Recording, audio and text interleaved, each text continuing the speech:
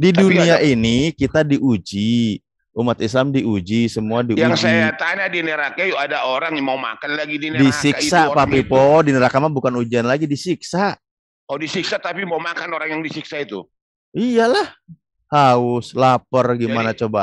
jadi Nanti Pak Pipo kalau haus minumnya nanah Pak pohon Pipo. jakum itu dipanjat itu Ngeri. enggak itu runtuh buahnya cemana itu dipanjat. Pohon neraka itu ngeri Pak Pipo. Enggak pohon jakum itu Heeh. dipanjat. Kepo banget sih. Enggak kepo kan ada dikatakan pohon jakum tumbuh di neraka itu dimakan Iya, manusia. nanti Pak Pipo lapar pengen makan, nanti ada buahnya pahit gimana Pak Pipo makan lagi gitu. Ya, Kalau nggak sahadat ya, saya sedang menjas bukan. ya dipanjat itu dipanjat. Mau dipanjat, mau jungkir balik, mau pohonnya dibalik, Pak Piponya yang di bawah, itu terserah. Cuma Yang penting nanti ya, kalau macam makan mana? begitu. Oh itu ini pupuk itu bertumbuh di neraka itu pohon jakum itu. Iya Pak Pipo lah. Oh iya ya. Pakai apa pupuk apa itu dibikin saya urea? Pak Pipo kan farmernya nanti di sana. Bukan. Kok ada pohon di neraka itu dipupuk saya tanya. Terserah anda lah mau apa jawaban anda. Kan saya udah bilang, saya nggak merindukan neraka, saya merindukannya Enggak. surga. Paling tidak kan bisa kamu menjelaskan karena kamu yang bertanya saya anda bilang Udah saya tanya. jawab perkara gaib, kami disuruh untuk percaya adanya Berarti gaib, perkara berarti gaib. tidak ada itu gitu. Sekarang ini gaib karena belum nampak. Nanti kalau sudah ditampakkan nih Pak Pipo gini ya, kalau seandainya neraka yang ngeri itu ditampakkan sekarang mungkin nggak ada orang yang apa namanya musyrik, nggak ada orang yang menuhankan manusia itu nggak ada karena udah takut semua. Berarti neraka itu belum ada. Astagfirullahaladzim. Kenapa? Cuman nih? Gaib Pak Pipo belum ditampakkan seandainya nih sekarang gini nih Pak Pipo misal gaib itu bisa diceritakan gaib. ada tapi belum Iya bisa nampak. diceritakan gaib. Cuman kamu ceritakan gaib. Capek aku jawabnya sih kamu gaib. Ya bisa lah diceritakan gimana sih? Kan diceritakan di Quran. Itu Dari perkara tadi diulang-ulang. akan di Quran. Tanya Pak lagi. Alim bilang nggak bisa. Dia bilang si Alim yang bilang nggak bisa lah. Gaib katanya. Loh pertanyaannya jadi berubah-berubah kok Pak. Nggak berubah juga. Pak. Yang pohon yang di situ ada pohon jakum itu berbuah atau tidak? Tolong dijelaskan. Ya, berbuah. Orang yang di situ akan memakan itu. Kan coba gitu, tanya dulu sama Pak Alif. Pak Alif tahunya dari mana informasinya itu gitu? Iya Pak Alif, tahu itu dari mana itu tahu? Ah gitu. Coba Pak Alif, jawab Pak Alif. Ya ada di Al-Quran. Nah gitu. Kan itu gaib bukan? Gimana kau? Ditanya lah, itu gaib bukan maksudnya gitu. Gaib itu Pak Alif. Itu peristiwa gaib nanti. Sekarang kita belum hanya ada. Dikasih tahu, bukan belum ada, belum ditampakkan. Yang gaib itu ada tapi tidak nampak sekarang. Nampaknya nanti. Mengetahui gaib itu macam mana? Itu bisa di akal pikiran mengetahui gaib. Diinformasikan, gaib itu diinformasikan di Quran. Nah, kalau kita belum bisa membuktikan, kita percayai gitu loh Pak. Pak Pipo bertanyanya kecepatan berapa kilometer sih per detik? Jangan lagi kau nanti kau bilang lain macam si Kores unta ada kecepatan dia lagi. Gak usah lah. Wah, gue suka tanya yang lain aja. Maksud saya begini loh, maksud saya begini. Kalau bertanya kan diikuti dengan apa yang di benak gitu. Jangan terlalu cepat tapi dipikirnya belakangan gitu loh maksud saya. Bukan dipikir. Oh, salah lagi. Saya baca itu ada neraka tumbuh pohon jakum. Gitu ya? Nah, mau ngomong gitu nggak sopan ya Pak Jul yang bagus. Nggak berani maksudnya. Dimakan orang yang ada di neraka itu. Jadi kalau orang di neraka itu menikmati pohon jakum kan gitu. Pohon ini tumbuh cemana? Kan itu pertanyaan aku. Kan itu. Berarti orang di neraka kok bisa lapar lagi? Oh iyalah. Neraka apa itu? Neraka apa itu bisa lapar di neraka? Loh, bisa itu? Lapar, bisa haus. Wah, setengah hidup, setengah mati. Banyak itu keterangannya Pak. Pak Ibu. Oh iya Mau tahu nama ketua RT-nya enggak? Pak Alif tahu juga. Ketua RT-nya enggak usah lah sampai ketua RT-nya. Oh enggak. Berarti tadi itu katanya mau manjatnya pakai apa? Pakai tangga atau manjat sendiri? Enggak sekalian ketua RT-nya sampai yang nanam gitu enggak? Oh, jadi di pohon jakum itu ada kehidupan lagi ya? Di pohon jakum ada kehidupan gimana sih? Coba pelan-pelan nanyanya. Yang ada di neraka itu manusia. Itu artinya pertanyaan itu apa coba? Yang di neraka itu manusia yang masih hidup, gitu. Ya, tadi kan udah dijelasin. Ya, dia harus disiksa. Ya. Jadi dia lapar, lalu memakan hidup, itu. Setengah mati. Oh, Berarti yang menghidupkan itu siapa? Yang di La neraka itu? yamutu wa la yahya. Nah, enggak Yang hidup, enggak, enggak yang juga mati, menghidupkan setengah mati. manusia, yang menghidupkan manusia itu di neraka siapa? Ya Allah lah. Oh berarti Saya Allah disiksa tapi nggak bisa mati, nggak mati. Oh iya Siksa iya lagi iya nggak iya mati iya iya gitu. betul. Berarti Allah itu masih bekerja sama di neraka itu, dia buat penyiksaan ya. Gitu. Sama Pak Vivo kerjasamanya. Iblis yang kerja sama Pak Vivo itu. Kan saya tanya siapa menghidupkan, kau bilang Allah. Lah iya, kan Allah yang memberikan kehidupan kematian itu Allah, semua mau dimanapun itu. Berarti Allah bekerja sama di dalam neraka Kecuali itu. di tempatnya Pak Vivo yang menyiksa di kubur, katanya anak Batak tadi setan katanya yang nyiksa di kubur. Ah, coba Pak Vivo jelaskan dulu, bukannya Tuhan yang nyiksa Ada di yang mengatakan kubur. tadi, saya katakan Tadi katanya anak Batak jujur bilangnya, jelaskan. Iya, anak Batak katanya jujur. Nah, sekarang coba Pak Vivo jelasin apa yang dimaksud dengan di dalam kubur itu disiksa sama setan. Enggak, jelaskan dulu ini tadi di neraka itu ada kehidupan. Berani. Siapa yang memberikan hidup? Allah. Berarti Allah itu bekerja sama di neraka itu. Berarti iya, Allah itu tunggu dulu, berhenti itu. dulu. Jawaban saya kan Allah. Nah, di tempatnya Pak Vivo siapa yang memberikan hidup? Iya ini dulu nanti lah itu. Jawab dulu biar satu sama. Clear dulu ini. Karena tempat Pak Vivo kan nggak jelas siapa yang memberikan hidup. Iya. Kan ada yang bilang kok saya tanya di neraka itu ada hidup. Nah, ya, tadi kan kita sudah jawab yang memberikan hidup di dalam Islam itu Allah. Nah, yang memberikan hidup di dalam Kristen siapa? Jadi Allah itu terlibat di neraka jawab itu dulu gitu. Lah. Masa itu aja nggak berani jawab? Bukan, aku kan biar sama-sama. Pertanyaannya sama, jawabnya masing-masing gitu, maksudnya biar adil. Iya. Coba terlibat di neraka itu. Gitu. Jawab dulu. Siapa yang memberikan hidup di dalam Kristen? belum clear. Gak berani jawab. Oh, gak berani. Suaranya aja yang besar, ternyata nyalinya kecil. Barusan Pak Vivo ketemu musuhnya. Kecil, nyalinya kecil, suaranya saja yang besar. Allah itu terlibat di neraka itu, gitu. Lebih berani anak Batak kayaknya. Anak Batak tadi jawabnya jujur, walaupun agak celometan dikit kan. Muncrat-muncrat liurnya tadi, tapi jujur anak Batak itu berani jawab dia. Nah ini nggak berani jawab. Kecilnya nyalinya Pak Vivo ini. Satu-satu dulu, satu-satu kita bahas. Nggak berani jawab yang tadi. Siapa yang memberikan kehidupan di dalam Kristen? Nangis bombay Pak Vivo. Satu-satu dulu. Iya satu-satu. Tadi kan saya sudah jawab satu. Pak Vivo jawab juga satu. Kronologisnya begini kronologisnya. Saya nanti masuk ke neraka itu. Saya lapar di situ. Ya. Siapa yang memberikan hidup di dalam Kristen? Ada di situ. Yang memberikan hidup dalam Kristen siapa? Dalam Islam Allah. Nggak bisa lari Pak Vivo. Nggak bisa lari Pak Vivo. Pohon jakum di sana. Ada pohon jakum itu. Lalu berbuah. Oh, pohon zakum yang memberikan hidup dalam Kristen. Berbuah. Itu dipumpu tidak? Enggak, jawab dulu lah. Maksudnya pohon zakum yang memberikan kehidupan di dalam Kristen gitu. Iya, tumbuh sendiri pohon jakum. Jadi lapar lagi aku nanti di situ di neraka itu, lalu iya dalam Kristen pohon zakum nggak ada. Aku kan tanya di Muslim. Iya saya tanya tadi siapa yang memberikan kehidupan di dalam Kristen? Iya, yang ini dulu yang pohon kita zakum. kasih. Lari Pak Vivo. Kenapa lari? Loh tadi kan saya sudah jawab. Kenapa Pak Vivo nggak berani jawab? Biar sama pertanyaannya satu. Jawabnya masing-masing, adil gitu. Jawabanmu apa? Belum ada. Loh, siapa yang memberikan kehidupan? Allah yang memberikan dimanapun dia Pak. Mau di dunia, di akhirat, di neraka, di surga. Semuanya Allah yang memberikan. Allah itu terlibat di neraka. Allah itu terlibat di neraka. Siapa yang memberikan kehidupan di... Berarti Allah itu ada di neraka. Jangan lupa. Pertanyaannya jawab dulu. Siapa yang memberikan kehidupan di neraka? Begitu. Kan kau bilang Allah itu memberikan kehidupan di neraka, itu berarti dia ada di sana. Siapa yang memberikan kehidupan dalam Kristen? Kau yang bilang bukan saya. Berani jawab dong. Saya bertanya. Biar satu sama. Saya berani jawab. Masih mendingan anak Batak tadi jawab sama anak Batak tuh. Jujur anak Batak, jujur Pak Jul. Jujur anak Batak itu. Barusan Pak Vivo dari Bombay ini. Saya Bombay kok Vivo. Pak Vivo, Pak Jul, saya jelasin ya dikit ya. Ini semoga menjadi pencerahan Pak Vivo. Tapi begini, ya. Jadi pertama, ini mungkin kalau belum sampai, semoga ini menjadi penyebab ya tersampainya apa yang mungkin hari ini oleh Pak Vivo pertanyakan. Baik, Budangon, baik.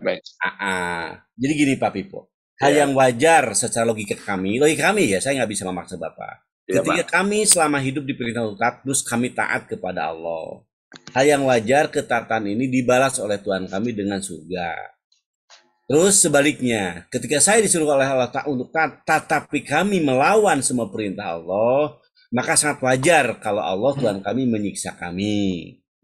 Dengan kami melaksanakan perintah-perintah Tuhan, otomatis baik bagi saya, baik bagi lingkungan hidup saya, baik bagi keluarga saya, baik bagi tetangga dan kehidupan keagamaan saya. Kalau saya taat kepada perintah Tuhan. Insya Allah Pak Pipo melihat perintah-perintah Tuhan kepada kami itu baik. Ya, tidak ada perintah Tuhan kami menyembah setan, ya kan, berlindung kepada sehat, roh kegelapan, tidak ada. Bahkan setiap pekerjaan kami diperintahkan untuk senantiasa diawali dengan ta'ud aku berlindung kepada Allah dari godaan setan yang terkutuk. Ya, gitu. Kan ketika kami melakukan sesuatu harus, contoh mau sholat kami suruh wudu dulu, ya kan, dengan air yang bersih dan membersihkan.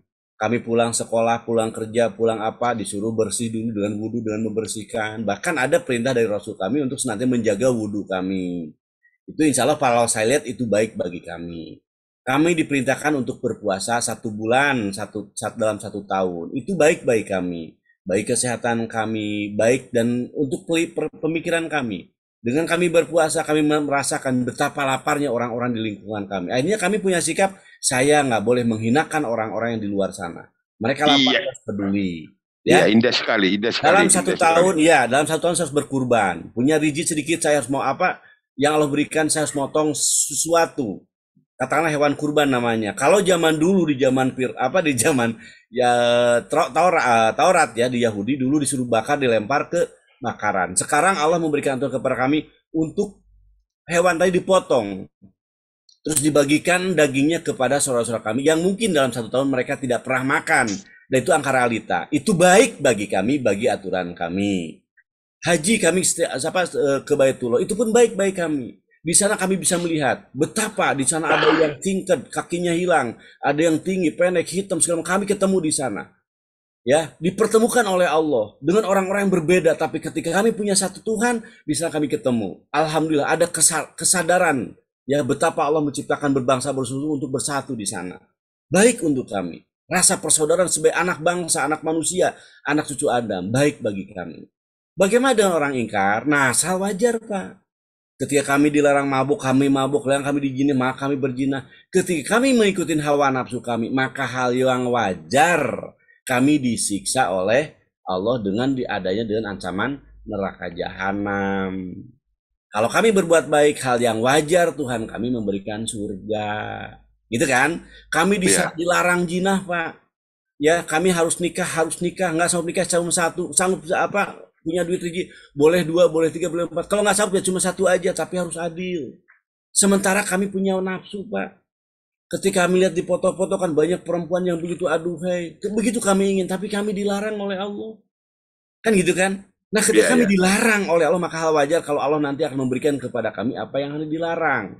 Saya seumur hidup hari mungkin nggak pernah mabuk, Pak. Nggak pernah tahu ngerasain 1 gelas kayak 1 sloki kayak minuman keras, saking menjaga diri. Hal yang wajar nanti Allah memberikan kepada saya minuman keras tadi yang memabukkan tadi. Ingin ngerasain gitu, walaupun nggak memabukkan, tapi minimal saya ngerasain. Karena selama hidup saya dulu di muka bumi atau sekarang ini gitu kan, saya jaga. Wajar Allah saya memberikan kepada saya nanti tajri min tahtil anhar. Di bawahnya mengalir sungai-sungai air minum yang kami inginkan. Ada minuman keras di dalamnya, ada madu, ada susu. Juga ternyata ada minuman keras. Wajar kami dapat itu, Pak. Di akhirat sebagai balasan apa yang telah kami hari ini? Tahan. Sesuatu ditertawakan oleh kalian teman Kristenan. Wah, orang Islam di sana dapat pesta seks. Itu yang wajar bagi kami. Karena selama ini kami nahan diri, nggak boleh. Di sana kami minuman keras wajar, kan di sini kami nggak boleh. Boleh dong, boleh. Jangan kan yang haram, Pak, yang halal aja karena kami sengsara dan keterbatasan kami harus sabar, nggak boleh mabuk, nggak boleh mencuri. Kami ingin. Contoh saya kesuka dengan bakar ikan, Pak. Jarang, dan sampai sekarang saya ingin sekali bakar ikan. Tapi karena nggak ada, saya harus menahan diri. Wajar nggak nanti dengan ketakwaan saya kepada Allah, saya minta bakar ikan di sana? Wajar. Apa yang saya inginkan oleh Allah nanti dikasih di sana. Gimana kalau saya mengkhianati itu? Allah menyiapkan kepada kami neraka jahanam, Pak. Ya betul kata Bapak tadi. Di dalamnya saya kalau nerakanya dicemplungin ke sana panas, Pak. Menurut menurut cerita Rasul kami, yang paling ringan neraka itu, Bapak, saya berdiri di atas neraka. Ketika saya berdiri di atas neraka, maka apa ya, kalau kepala saya itu nih, ubun-ubun saya ngegolak, Pak. Ya, mendidih kepala saya, Pak. Itu cerita dari Nabi kami. Itu neraka paling ringan. Kenapa? Karena keingkaran kami kepada Tuhan kami. Bukan cuma orang Kristen, kami pun dihina, disiksa oleh Allah, Pak. Ketika kami mengkhianati Tuhan kami. Ya, cuma bedanya kalau kami insya Allah, alhamdulillah, Allah memberikan keringanan. Wajar kan kami disiksa dulu karena kami telah berbuat, tapi kami ngakui Allah itu satu. Cuman saya nggak taat gitu. Diakui tapi nggak ada kan orang diakui tapi nggak ditaati, ada. Dan hari kami mungkin termasuk saya, Pak. Yang akan disiksa oleh itu mungkin saya. Ya. Maka saya berusaha sama ini mendidik anak saya semua untuk menjaga diri jangan sampai termasuknya. Ya, sholat kami walaupun kami belum bisa sholat khusyuk, minimal kami melakukan sholat. Minimal satu tahun sekali saya sujud kepada Allah. Ya. Minimal satu kali seumur hidup saya sujud kepada Allah. Ya Allah, saya sujudkan badan ini untuk mengakui, menerima Engkau Tuhan kami. Alhamdulillah Islam disuruhkan 5 kali dalam sehari yang wajib. Belum yang sunahnya nih, tadi sebentar lagi. Saudara kami di sini ada, Pak, yang sholat tengah malam dia nangis. Kenapa dia nangis? Karena dia tahu bahwa Tuhannya ada melihat dia. Dan itu realita. Saya melihat guru-guru saya begitu. Tengah malam dia ngoleh saya kira mau kemana? Dia wudhu, dia sholat. Ya, Masya Allah, orang tua saya udah tua, guru-guru saya udah tua, dia nangis di tengah malam. Coba, kenapa? Karena dia tahu bahwa dia ada punya Tuhan. Itu agama kami, Pak. Tidak sedang main-main kami. Kalau Bapak ini mempertanyakan neraka, itu yakin kami adanya. Ya, kami pasti lapar. Iya, pasti haus di tengah panas, Pak. Jangan kali sekarang teris matahari kita haus dan minta ampun. Ya, saking panasnya kita, Pak. Kita air yang ada aja kan bisa jadi air comberan aja kita minum kok, Pak. Ini angka realita. Saya pernah belajar dulu di PKS, Pak, ya. Jalan kaki dari gunung ke gunung. Karena haus, Pak, air walaupun air solokan yang kuning pun kami minum, Pak. Saking capek. Itu air kotor, Pak, kami minum. Karena hausnya itu untuk haus. Karena hujan waktu itu ya becek kan. Ya udah kami minum itu air yang ada. Jangan bayangkan kalau neraka jahanam yang mungkin beribu-ribu kali lipat panasnya seperti di sekarang di dunia. Lihat air aja kita kadang-kadang lihat darah aja kita pengen minum kan. Itu terjadi, Pak. Darah itu nanah dan darah kita di sana itu. Dan kita ingin minum itu walaupun karena saking hausnya. Itu siksaan, Pak. Jangan main-main Bapak dengan kami. Itu berita dari Allah kepada kita, Pak. Ya, Bapak nggak beriman. Tapi insya Allah itu akan datang kepada kita. Bagi siapa yang hari ini mempermainkannya atas semua nadiron wa basiron. Peringatan dan kabar gembiranya. Ini peringatan dari Allah kepada kita. Surga apa kabar gembira. Siksaan tadi, pohon jakum itu bukan main-main, Pak. Ya, akan ada, kenapa ada pohon tumbuh? Ini saya yakin ketebak ucapan Bapak. Kok ada si pohon tumbuh di neraka? Bapak aja meyakini ada manusia turun jadi, Tuhan jadi manusia, Bapak percaya. Kok kenapa? Kalau ada pohon tumbuh dan ditumbuhkan oleh Tuhan, dijaga oleh malaikat-malaikat Tuhan, kenapa Bapak nggak percaya? Ya. Bukankah tangan ini tangan kulit? Ketika nabuk muka Bapak, kulit ketemu kulit, kenapa mesti sakit? Coba pikirkan, Pak. Jangan main-main dengan agama. Ini kasih sayang saya kepada Bapak, Pak Pipo. Beberapa kali Bapak bertanya, seakan ingin kelihatan hebat. Tidak. Bapak sedang mempermainkan apa yang menjadi tantangan dari Allah. Peringatan dari Allah untuk Pak Pipo. Pelajari dengan baik agama ini.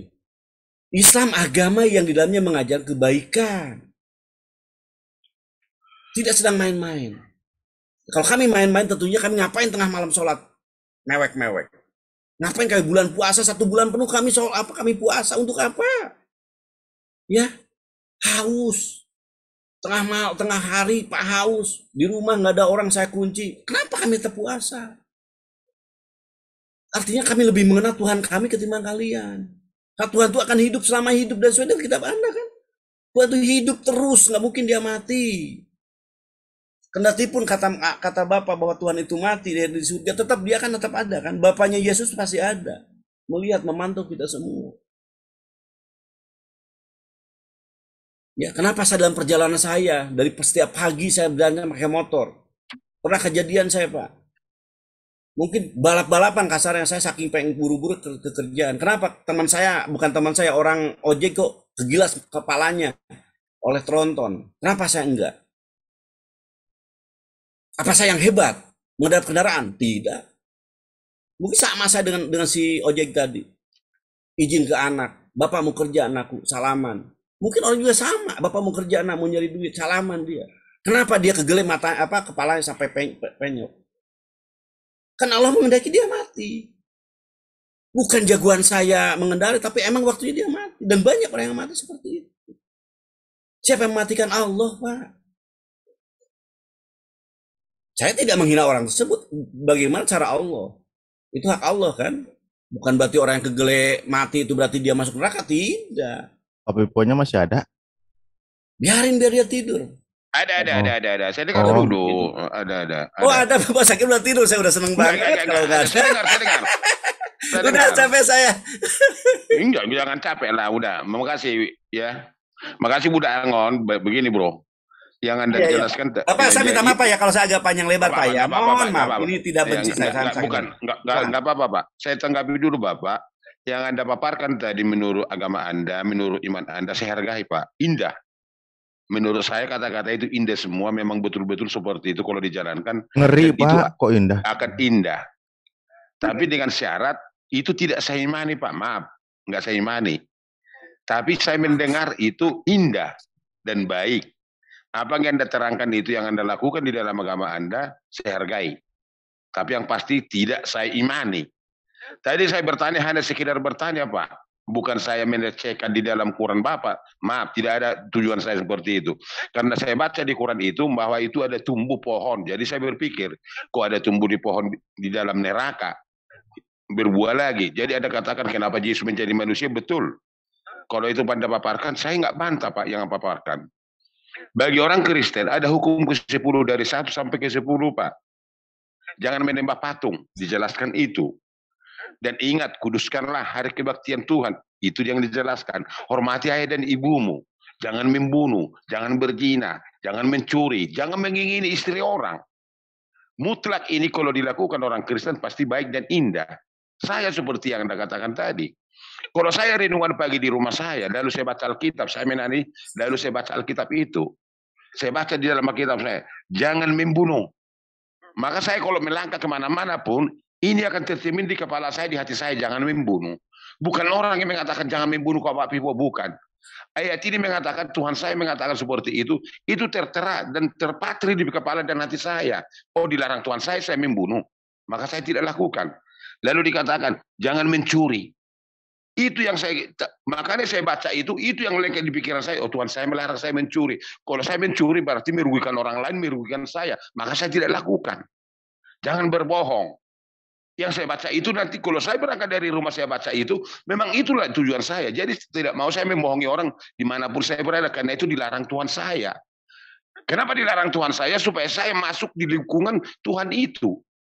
Termasuk Tuhan Yesus. Jadi saya di keluarga dia. Maka itu akan saya lakukan. Dan itu saya lakukan untuk saya ke surga. Bukan saya ke surga, bukan. Supaya saya orang baik, bukan.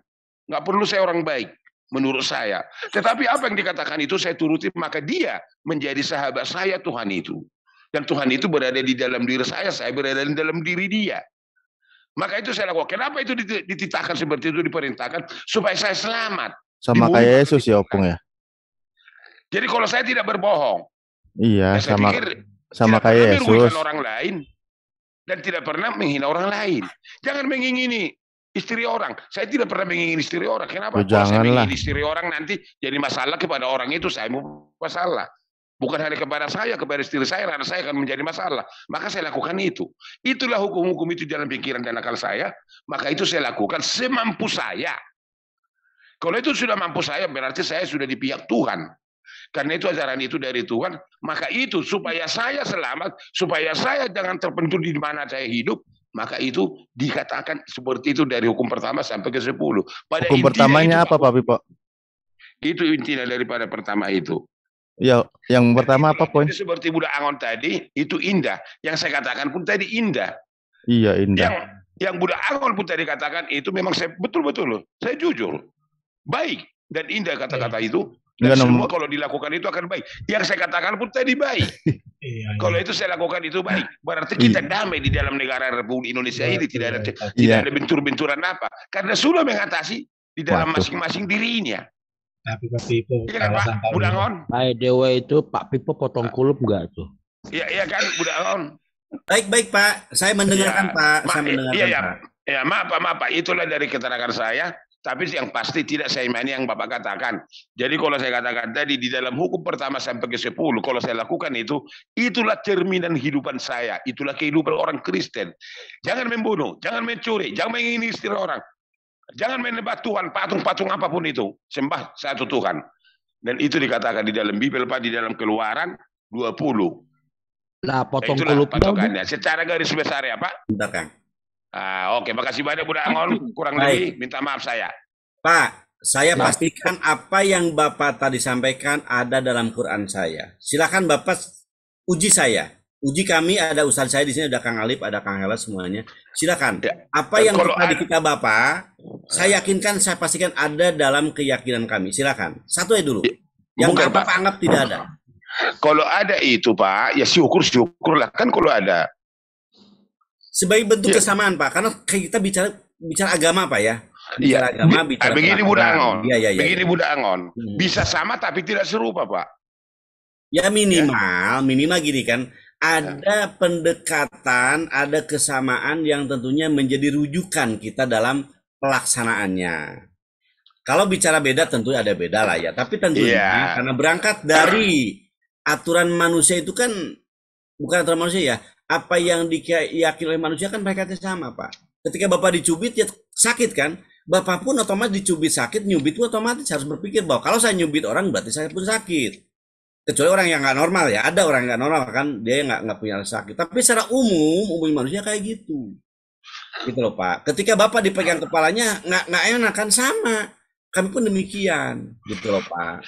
Yang saya ucapkan tadi Pak Budak Angon yang Anda terangkan, maka saya katakan indah dan baik itu yang Anda katakan, tapi tidak saya imani. Kalau Anda Bapak kan itu ada di Quran Bapak, itu bagus terserah Bapak. Tetapi yang pasti kalau itu Anda lakukan yang Anda katakan tadi, maka Anda kan baik menurut saya. Dan kalau saya lakukan yang ada di dalam hukum ke-10 dari pertama sampai ke-10, dan itu kebaikan bagi saya, maka Anda dengan saya tidak akan pernah bentrok lagi. Itu tidak akan bentrok Pak. Maka kenapa di zaman Kang Dai benar ya? Sebentar dikit ya. Maka kenapa di zaman Rasul dulu, kenapa Rasul tidak menghabiskan orang-orang Kristen dan Yahudi, nggak dihabiskan? Ketika mereka punya keyakinan dibiarkan oleh Rasulullah Nabi kami. Kami hidup rukun bersama. Cuman dalam naungan negara Rasulullah. Kerajaan Tuhan dipakai di zaman Rasulullah.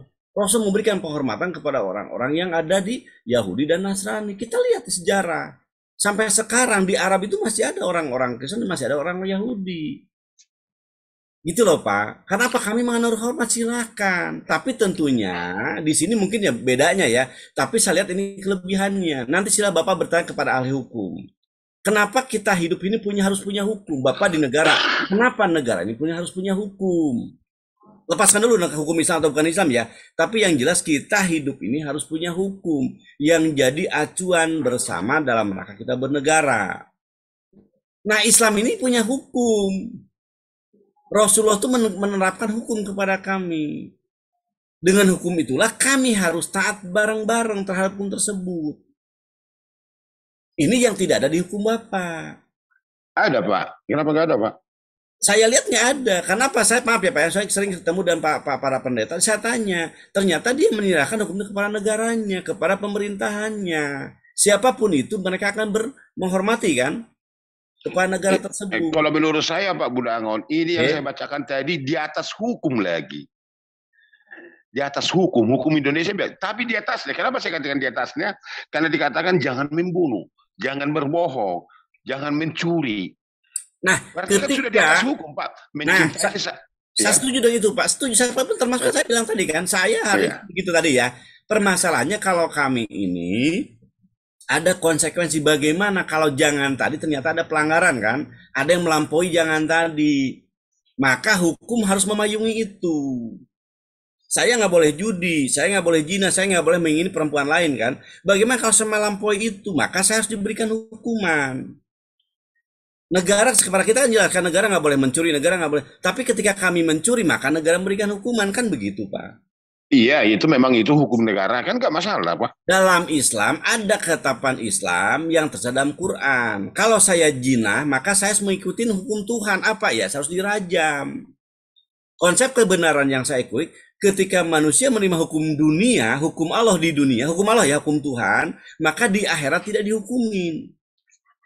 Kalau saya ikhlas tangan saya dipotong gara-gara saya mencuri, dipotong ya Pak ya, kalau sesuai dengan takarannya, maka saya dengan dipotong tangan saya harus ikhlas, saya di akhirat tidak akan lagi disiksa oleh Tuhan, karena saya telah menerima hukum Tuhan. Saya yakin Bapak sepakat dengan ini, karena ini berangkat dari kitab yang ada di sebelumnya. Bukankah potong tangan ada di kitab Taurat? Bukankah rajam juga ada di dalam Taurat? Nah, kami menggunakan itu sebagai dasaran. Islam yang benar tuh begitu, Pak. Ketika saya mencuri di atas sekian kilo emas, saya harus dipotong tangan. Dengan dipotong tangan saya, maka saya telah menerima hukum Tuhan. Dengan saya menerima hukum Tuhan, maka saya tidak akan dihukumi Tuhan nanti di akhirat. Tapi kalau saya hanya bebas lolos dengan cara saya nyogok itu, nyogok ini, maka di akhirat saya termasuk orang yang dimasukkan neraka lagi dulu. Neraka kan? Tapi kalau saya ikhlas di dunia, maka saya tidak akan masuk neraka. Mending mana? Saya mending hilang tangan. Ada di kitab Bapak itu.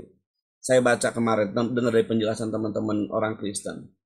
Iya Pak, maka saya katakan tadi, jangan membunuh, jangan berzina, jangan mencuri. Ketika itu terlampaui, Pak. Jangan mengucapkan saksi dusta. Kalau ini dilakukan manusia kan, ini kan sudah indah, sudah damai. Kalau kan? terlampaui pun Pak ya, punten sekali. Saya datang ke rumah saya perampok. Ya. Rampok nih, ngebunuh istri saya, memperkosa anak-anak saya. Dia kan telah melampaui kan Pak ya? Yang dilarang oleh Tuhan dia melampaui. Pertanyaannya, bagaimana sikap Bapak terhadap orang tersebut? Kan Bapak nggak bisa jawaban, karena di kita Bapak hari ini Bapak lepas diri dari hukum Taurat. Kalau dalam Islam tidak. Saya akan menuntut dia untuk, kalau nggak bunuh ya saya bunuh lagi kan? Enggak Pak. Tapi melalui aparat negara tentunya. Dia memperkosa anak saya kok Pak. Nah ini saya bilang tadi, ada orang yang, bukan saya yang melampaui hukum, tapi ada orang yang melampaui hukum kepada saya. Saya harus mencari keadilan. Lah anak saya nggak ada, istri saya nggak ada, kehormatan anak saya pada hilang. Dia kecewa masa depan dia nggak ada karena diperkosa. Gimana saya sebagai bapaknya? Saya harus menuntut hukum. Nah ini yang tidak ditemukan di kitab Bapak, di keajaran Bapak. Kalau kami punya aturan, walaupun kami belum melaksanakan 100% akan hal ini, tapi insya Allah kami yakin ini ada ketetapan Tuhan ada. Bicara waktu, di zaman Rasul dilaksanakan ini Pak. Ketika saya atau seorang berzina, datang ke Rasulullah, ya Rasul saya telah berzina. Kamu main-main, domel sama Rasulullah, kamu main-main dengan hukum Tuhan. Ini jadi kalau di Bible yang saya bacakan tadi Pak, kalau itu dilanggar berarti resikonya masing-masing pribadi itu yang menerima dia Pak. Apa resiko yang boleh saya dengar dari Bapak? Ketika dia melampaui apa yang telah ditetapkan, tapi dia lampauinya, dia tetap ayah zina, dia tetap ayah mabok, dia tetap ayah mencuri, gimana? Apa yang Bapak bisa jelaskan? Berarti dia berdosa, terpisah dari Tuhan Pak. Apa akibat dari terpisah dari Tuhan? Itu resikonya dia. Ya apa resikonya yang karena terpisah dari Tuhan? Kalau memang menurut negara, dia itu harus dihukum melalui negara. Di dunia dihukum ya, tetap kan dihukum kan? Oke, sepakat ya. Itu. Sama. Berarti jangan masalahkan kalau Islam di dalamnya ada aturan, ada hukuman kan? Dalam Islam nih, kita kan misalnya kalau bicara dia mati karena dia telah melampaui hukum tadi, apa yang dia akan terima nanti di akhirat kelak? Ya. Sesuai dengan perbuatan dia akan dia terima nanti. Maka kalau dia dihukum ya dihukum, dia hukum mati ya bagaimanapun caranya, itu orang itu masing-masing yang menerimanya Pak. Enggak, andaikan dia terlepas dari hukum dunia, ya, negara tidak nangkep dia karena dia mungkin bersilat lidah atau dia kabur ke luar negeri gitu kan ya Pak ya, ada kan realita Pak ya. Enggak begini Pak, yang lebih simpel barangkali begini. Dikatakan di sini di dalam hukum itu jangan mencuri. Tuhan melarang jangan mencuri. Kenapa dilarang mencuri? Kalau dia mencuri merugikan orang lain, merugikan dia sendiri karena dia mencuri. Maka harus ada itu nanti pemberontakan segala macam, atau hantu belawan, apapun namanya, akan merugikan orang lain kalau dicuri. Orang yang punya menjadi milik dia tidak dibenarkan oleh Tuhan. Maka yang apa kau miliki itulah kau miliki. Jadi kalau itu dilanggar resikonya yang mencuri itu Pak. Iya, Yang mencuri itu bagaimana? Bapak Ya, yang mencuri itu bagaimana? Kalau itu di negara, maka dia itu pencurian itu akan diproses dengan hukum negara. Saya sepakat. Maka saya bilang tadi kan Islam itu punya piranti. Bagaimana kalau ada yang mencuri dalam Islam dia dipotong tangan kan? Itu pun tidak semua mencuri Pak Hawas, nanti ya kadang-kadang suka dipremi. Tentunya dengan batasan ada sekian kilo emas lah. Ya kalau dia ngambil miliaran rupiah dia potong tangan. Tapi kalau dia ngambil jeruk, ngambil ini enggak lah. Tapi yang saya itu kan Bapak menjelaskan demikian kan, saya sepakat itu Pak, dan kami pun punya ajaran yang sama, kami nggak boleh mencuri. Pertanyaan ketika gimana kalau ada yang melampaui batas? Ya risikonya dia yang menanggung risikonya Pak, kalau dia dihukum. Andaikan dia tidak terkena dengan hukum, karena dia mungkin kaya dibelinya para aparatur, karena dia punya. Nah sekarang pertanyaan saya, dia mati. Itu nggak urusan kita, itu soal itu nggak urusan kita Pak. Itu tetap keilmuan Bapak harus jelaskan kepada saya, bagaimana orang tersebut nanti ketika dia mendapat apa yang dia rasakan ketika kematian datang kepada dia, terus dia nanti kan mati tuh Pak. Itu yang saya tanyakan. Bukan kalau kematian kita Pak, bukan hanya orang yang mencuri akan mati, yang setia kepada Tuhan pun mati Pak. Itu dia. Nah sekarang pertanyaannya gimana orang yang selama hidupnya melanggar hukum Tuhan, tapi dia mati juga kan? Kalau yang taat Tuhan, yang taat kepada Tuhan pun mati. Iya, nah sekarang kami juga sama. Kalau kami dalam Islam yang taat kepada Tuhan sama-sama mati ya. Yang taat kepada Tuhan diberikan surga, balasannya kan atas ketaatannya, karena dekat dengan Tuhan.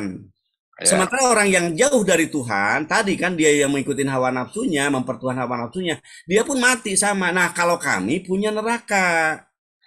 Nah, bagaimana di tempat Bapak itu yang saya tanyakan? Baik, ya kalau itu Bapak katakan orang yang suci pun dengan kata lain suci betul, nggak ada manusia dicuci. Tapi orang pun, walaupun dia orang baik, orang apapun sudah memang tercermin dia di dalam Yesus, maaf, dia akan mati dan dia mati.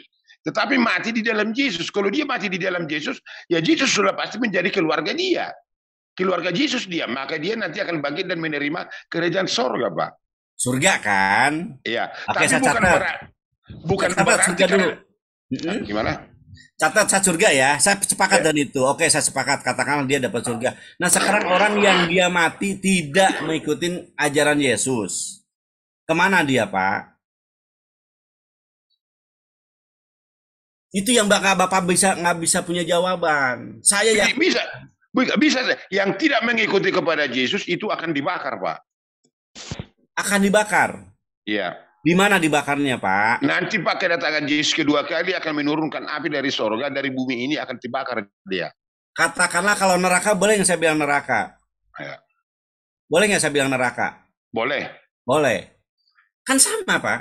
Ya. Asalkan pertanyaannya pertanyaan berikutnya, ada orang tidak percaya kepada Yesus, tetapi dia taat dalam hidupnya, ke negara dia taat. Tengah malam dia nangis mewek minta maaf kepada Tuhan, tapi dia nggak menerima Tuhan Yesus.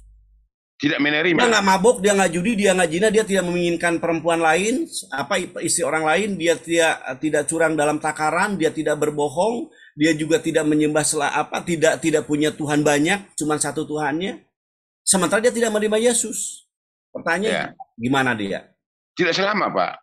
Kenapa? Tidak selamat. Kenapa dia tidak selamat?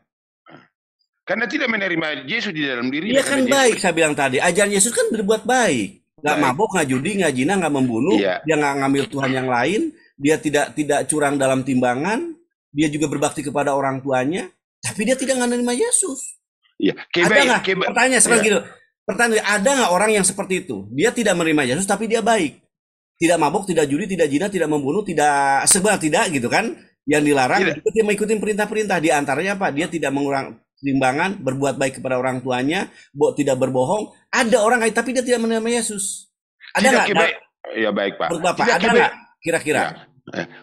Orang yang baik bukan menjadi ke sorga, Pak. Tujuan orang baik bukan itu. Paham ya? Bukan orang baik menentukan dia ke sorga, bukan Pak. Anugerah yang diberikan. Kebaikan apapun tidak pernah akan sampai ke sorga, Pak. Kebaikan apa sekalipun tidak akan pernah orang menurut Kristen menjadi penghuni sorga, enggak. Kebaikan apapun dia lakukan tidak pernah bisa masuk ke sorga. Harus anugerah Tuhan, anugerah Yesus, pemberian Tuhan, baru dia akan masuk ke sorga, Pak. Pertanyaan saya gini Bapak, pertanyaan ya. Teman ada yang mau bicara nggak? Sebentar ya, temannya Iwan ya. Karena begini Bu Angon, ya. Kalau kebaikan itu menuju surga, berarti kebaikan itu menentukan dia ke surga, berarti kebaikan itu menentukan Tuhannya. Saya menggunakan ukuran Bapak nih, ya.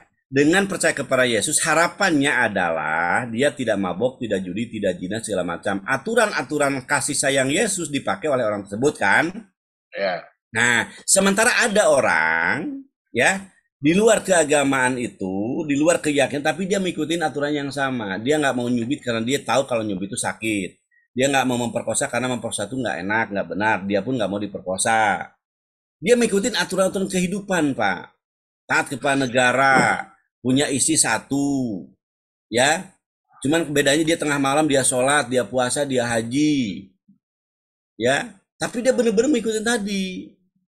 Dalam timbangan dia sangat peduli dan timbangan, nggak mau nambah, nggak mau ngurang sesuai. Bahkan kalau perlu ditambah sedekah, tengah malam dia nangis, pagi-pagi keluar rumah dia ngasih sedekah kepada orang, fakir miskin diberikan, jana-jana tua disantuni. Nah orang yang kayak gini tapi dia bukanlah pengikut Yesus, bagaimana? Nah selain bagaimana adalah ada nggak orang kayak gitu kira-kira di dalam dunia ini? Baik. Kalau orang seperti Anda katakan, saya pikir tidak akan pernah ada. Kenapa saya pikir? Karena ajaran itu harus ada bagi dia baru dilakukannya itu. Tapi seandainya pun ada seperti orang seperti itu, karena kebaikannya, apa yang dilakukan tidak menjudi, tidak minum keras, atau yang kebaikan dia. Tapi bukan itu menentukan menjadi penghuni sorga. Karena kebaikan tidak pernah menjadi satu tujuan menjadi kehidupan itu menjadi kekal itu dapat dia. Enggak akan bisa. Kenapa enggak bisa? Kalau kebaikan itu menjadi menghuni sorga, berarti kebaikan seseorang itu usaha pribadi masing-masing untuk menentukan dia ke sorga. Berarti dia menentukan ke sorga, bukan Tuhan. Bagi orang Kristen, anugerah dan pemberiannya, karena manusia tidak bisa lagi baik, maka anugerah pemberian itulah yang membuat dia masuk ke dalam keluarga Tuhan, maka di dalam keluarga Tuhan dia akan melakukan yang baik. Garis bawahi Pak, Bu Angon. Berarti artinya nggak ada Pak ya? Oh iya, maaf. Kalau sudah menerima hidupnya di dalam dirinya Yesus, kebaikan itu pasti ada. Bukan karena dia kebaikan menjadi ke situ, bukan. Pengenalan dia kepada Yesus, maka kebaikan itu akan tercermin di dalam dirinya, maka dia termasuk golongan di keluarga Yesus, maka dia baik. Jadi kalau kebaikan untuk menuju Yesus tidak akan pernah bisa, Pak. Karena pemberian itu adalah anugerah pemberiannya, karena manusia tidak bisa berhak masuk ke dalam surga tanpa ada keselamatan dari Yesus. Paham ya, Pak? Artinya, pakai paham. Artinya di mata Bapak nggak ada ya orang di luar yang berkeyakinan kepada Yesus yang punya akhlak, punya paripurna, punya tabiat yang seperti dijelaskan oleh Bapak tadi, nggak ada Pak ya? Kalau memang dia sudah berkeyakinan kepada Yesus, ya berarti ajaran Yesus. Yakin kepada Yesus, tapi dia akhlaknya bagus. Iya. Kalau nggak yakin dia kepada Yesus, ya berarti nggak ada lah Pak. Nggak ada yakin ya? Iya, nggak ada. Dia nggak mabuk, nggak judi, nggak zina, nggak membunuh. Dia tidak mengerti timbangan dia seadil mungkin. Tapi di luar Yesus dia kan? Di luar Yesus ya. Pertama pertanyaan saya, ada nggak orang seperti itu di luar itu? Jadi saya pikir pun begini, kalau Anda katakan orang seperti itu baik, tanpa ajaran sesuatu tidak akan pernah ada orang seperti itu, Pak. Ajaran apa itu? Mari kita kupas ajaran apa seperti itu. Nah, kalau ke ajaran, maka kami orang Islam punya ajaran yang sama-sama persis dengan Bapak. Bedanya adalah kami tidak menerima Yesus. Adapun yang tadi tentang surga neraka bukan usaha kami, bukan. Itu adalah hidayah, itu adalah apa namanya kalau dalam Islam itu? Apa Kang Alif? Anugerah sama anugerah. Anugerah Allah, ya kan? Itulah cara Allah memasukkan, bukan berarti usaha kami. Walaupun kami puasa tidak menjamin. Itu saya sepakat dengan Bapak, Pak. Sepakat. Yang saya tanyakan itu apakah yang dirasakan oleh orang tersebut sementara dia tidak menerima Yesus, tapi secara kehidupan dia adalah bagus, baik. Katakanlah orang ateis. Kalau ateis juga saya nggak mungkin ya, tapi yang jelas dia beragama di luar keagamaan Bapak. Tapi dalam hidup dan kehidupan dia menjaga. Kalau Bapak bilang nggak ada, saya pikir saya nggak setuju dengan itu. Karena pada realitanya kami orang yang tidak percaya dengan Yesus, insya Allah. Begini Buddha Angon, bisa kita lihat sekarang di dunia ini barangkali. Saya pernah masuk ke wihara Buddha dan saya lihat di situ biksu-biksu itu, lalu saya bertanya kepada mereka, kan saya lihat mereka makan yang hidup yang bernyawa hanya daun-daun dan sayur-sayuran mereka makan dengan nasi. Dan kalau saya bertanya kepada mereka, di biksu Pak ya, biksu Buddha. Saya pernah dengar cerita ini, saya pernah dengar cerita dari Bapak. Jadi kalau nyamuk singgap di tangannya tidak dia bunuh, akan diusir Pak. Diusir itu, jangan diusir itu. Jadi dengan saya pikir begini pemikiran saya pada saat itu. Ini orang di luar rata-rata. Yang hidup pernah hidup, tidak dia makan. Mau ikan apapun, mau apapun nggak dia makan, hanya sayur dengan nasi. Itu yang dimakan itu mereka. Yang saya lihat, saya nggak tahu yang lain. Tapi saya berpikir begini, dia baik. Menurut Tuhan dia, menurut Allah dia, menurut apapun persembahan dia. Tapi menurut saya, dia tidak benar. Hanya kebaikan untuk menempatkan dia menjadi mungkin minta masuk kemana, saya nggak tahu. Karena ini berarti pertanyaan saya sudah terjawab oleh Bapak sendiri dari narasi ini. Belum Pak. Jadi, bagaimana Bapak bisa menilai, bagaimana Bapak penilaian terhadap orang si biksu tadi? Bagaimana penilaian Bapak? Udah itu aja dah yang saya sampel, yang Bapak pernah lihat. Penilaian saya bagi dia baik, tapi tidak benar. Paham ya Pak? Ukurannya apa? Yang jadi barometer benar apa Pak? Dia baik tidak benar, maka ukurannya. Kebaikan itu mungkin merasakan dia akan masuk ke dalam surga atau apapun nama anak kebaikan dia. Menurut saya. Berarti dia kebaikan dia itu menentukan Tuhannya. Menurut saya. Jadi kalau saya kebaikan saya, kelakuan saya menentukan Tuhan saya tidak bisa. Karena saya manusia. Saya manusia tidak bisa. Kebaikan saya untuk mengatakan saya ke surga. Kalau saya katakan karena kebaikan saya, berarti hak saya untuk menentukan surga saya. Nggak bisa. Harus pemberian. Ini maaf saya potong ya. Justru di sini saya ketemu dan saya silakan Bapak paparkan kepada saya. Kalau Bapak beralibi bahwasanya itu bukan tidak baik bagus tapi tidak benar berarti kan ukuran Bapak kan. Ada ukuran ya, barometer Bapak. Oke, kita punya barometer. Barometer yang kita miliki ada hampir-hampir sama nih. Ya, kenapa saya bilang hampir sama? Karena Nabi Muhammad dan Nabi Isa nggak beda jauh. Ya, kalau saya katakan sama-sama Nabi Allah, dengan Musa tidak beda jauh, dengan Ibrahim tidak beda jauh, karena itu datang dari Allah, Tuhan sama. Ya, nah sekarang permasalahan adalah ketika itu ada di angka realita, di angka nyata, ada orang seperti itu. Nah, kalau Bapak mengatakan itu karena kebenaran yang diukuran, kebenaran mana lagi yang Bapak hari ini harus bersikap? Sementara dia telah mampu melaksanakan apa yang dituntutan tuntutan Isa, tuntutan Yesus. Yesus mengajarkan ini dia enggak, Yesus mengajarkan ini dia enggak, bagus kan? Taat kepada ajaran Yesus. Gitu loh. Sementara dia enggak mengakui kan gitu. Nah, sekarang gini Pak logikanya. Dia punya Tuhan enggak orang yang tadi begitu? Menurut Tuhan dia ada Tuhan dia, tapi Tuhan dia punya Tuhan enggak Pak? Ada, Tuhan dia menurut dia. Emang Tuhan ada berapa sih Pak? Gimana Pak? Tuhan ada berapa sih? Ya banyak Pak. Ya Allah, kok bisa Tuhan lebih banyak? Ya banyak Pak. Oke, sekarang kalau gitu saya samakan suara kita dulu. Bukankah Tuhannya saya, Tuhannya Pak Pipo, Tuhannya Pak Wiro, Tuhannya Pak Alip adalah sama? Kenapa saya bilang sama? Karena kita ini dihidupkan oleh satu oknum tadi, identitas yang sama. Saya dapat makan hari ini oleh Tuhan yang sama. Saya dapat keselamatan hanya oleh Tuhan yang sama. Ketika saya diselamatkan hari ini dari kendaraan yang kebut-kebutan tadi karena Tuhan saya menyelamatkan saya. Ketika Bapak berkendaraan pun Bapak diselamatkan oleh Tuhan saya juga. Boleh nggak saya berpikir begitu? Ya menurut Buddha Angon ya bisa-bisa aja kalau seperti itu. Oke, kalau berbeda saya ajak analogi gini. Ketika kita mengatakan Tuhan berbeda, Tuhan Bapak pencipta langit dan bumi nggak Pak? Ya, jawabannya kan. Tuhannya orang Yahudi pencipta langit dan bumi nggak? Enggak, tentunya. Tuhannya orang Buddha pencipta langit dan bumi nggak? Ya, jawabannya. Yang harus kita pikir.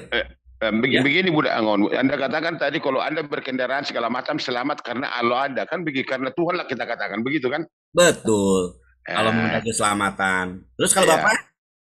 Kalau saya berkendaraan segala macam, itu semua sudah diingatkan saya harus berpikir jernih dan standar, dan itu yang larangan itu jangan itu secara berpikir saya kepada Tuhan saya dianjurkan walaupun tidak dikatakan. Kalau saya sudah berada di dalam dia, maka akan saya pertimbangkan pikiran akal saya apa yang saya jalankan itu harus membantu saya, dan itulah yang diajarkan pada diri saya. Bukan berarti harus Dengan kata lain, selalu Tuhan itu harus dituntun, harus ngomong dia segala, enggak gitu-gituan.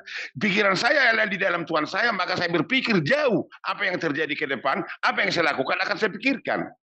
Gak nyambung, jawabannya beda kan? Enggak, yang nggak nyambung sih Bapak mah, nggak nyambung Bapak. Sekarang gini loh Pak, Bapak berkendara dengan saya satu motor yang sama. Iya. Satu motor loh Pak. Iya. Ya kan? Ketika kita ketabrak, Bapak celaka, saya celaka. Siapa yang bikin itu celaka? Ya tentunya Tuhan kita. Enggak, menurut Bapak, Tuhan Bapak ya terserah Bapak. Kalau saya tidak.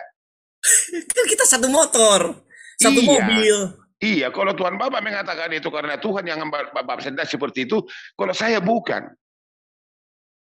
Terus siapa? Yang nyelamatkan siapa? Setan.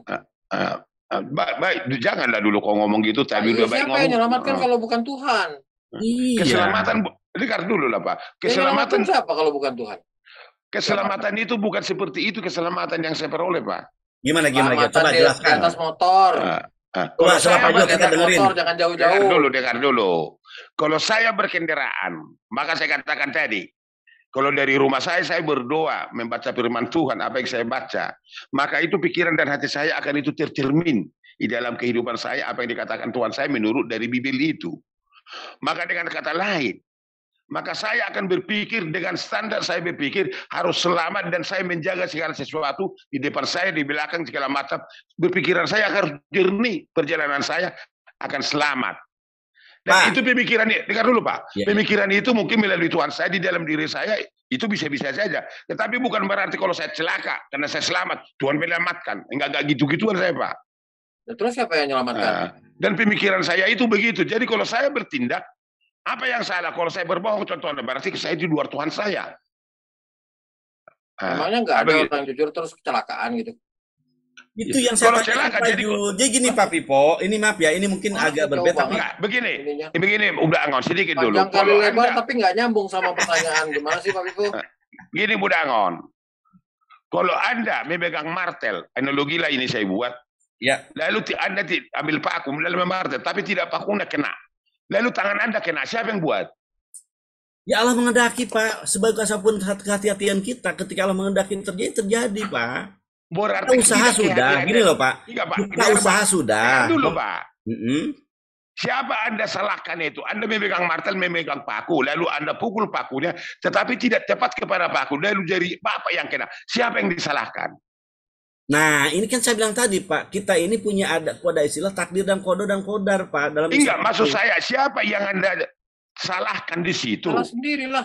Ya kita sendiri. Nah, berarti ada tetapi sendiri, atas izin Tuhan Pak. Kan?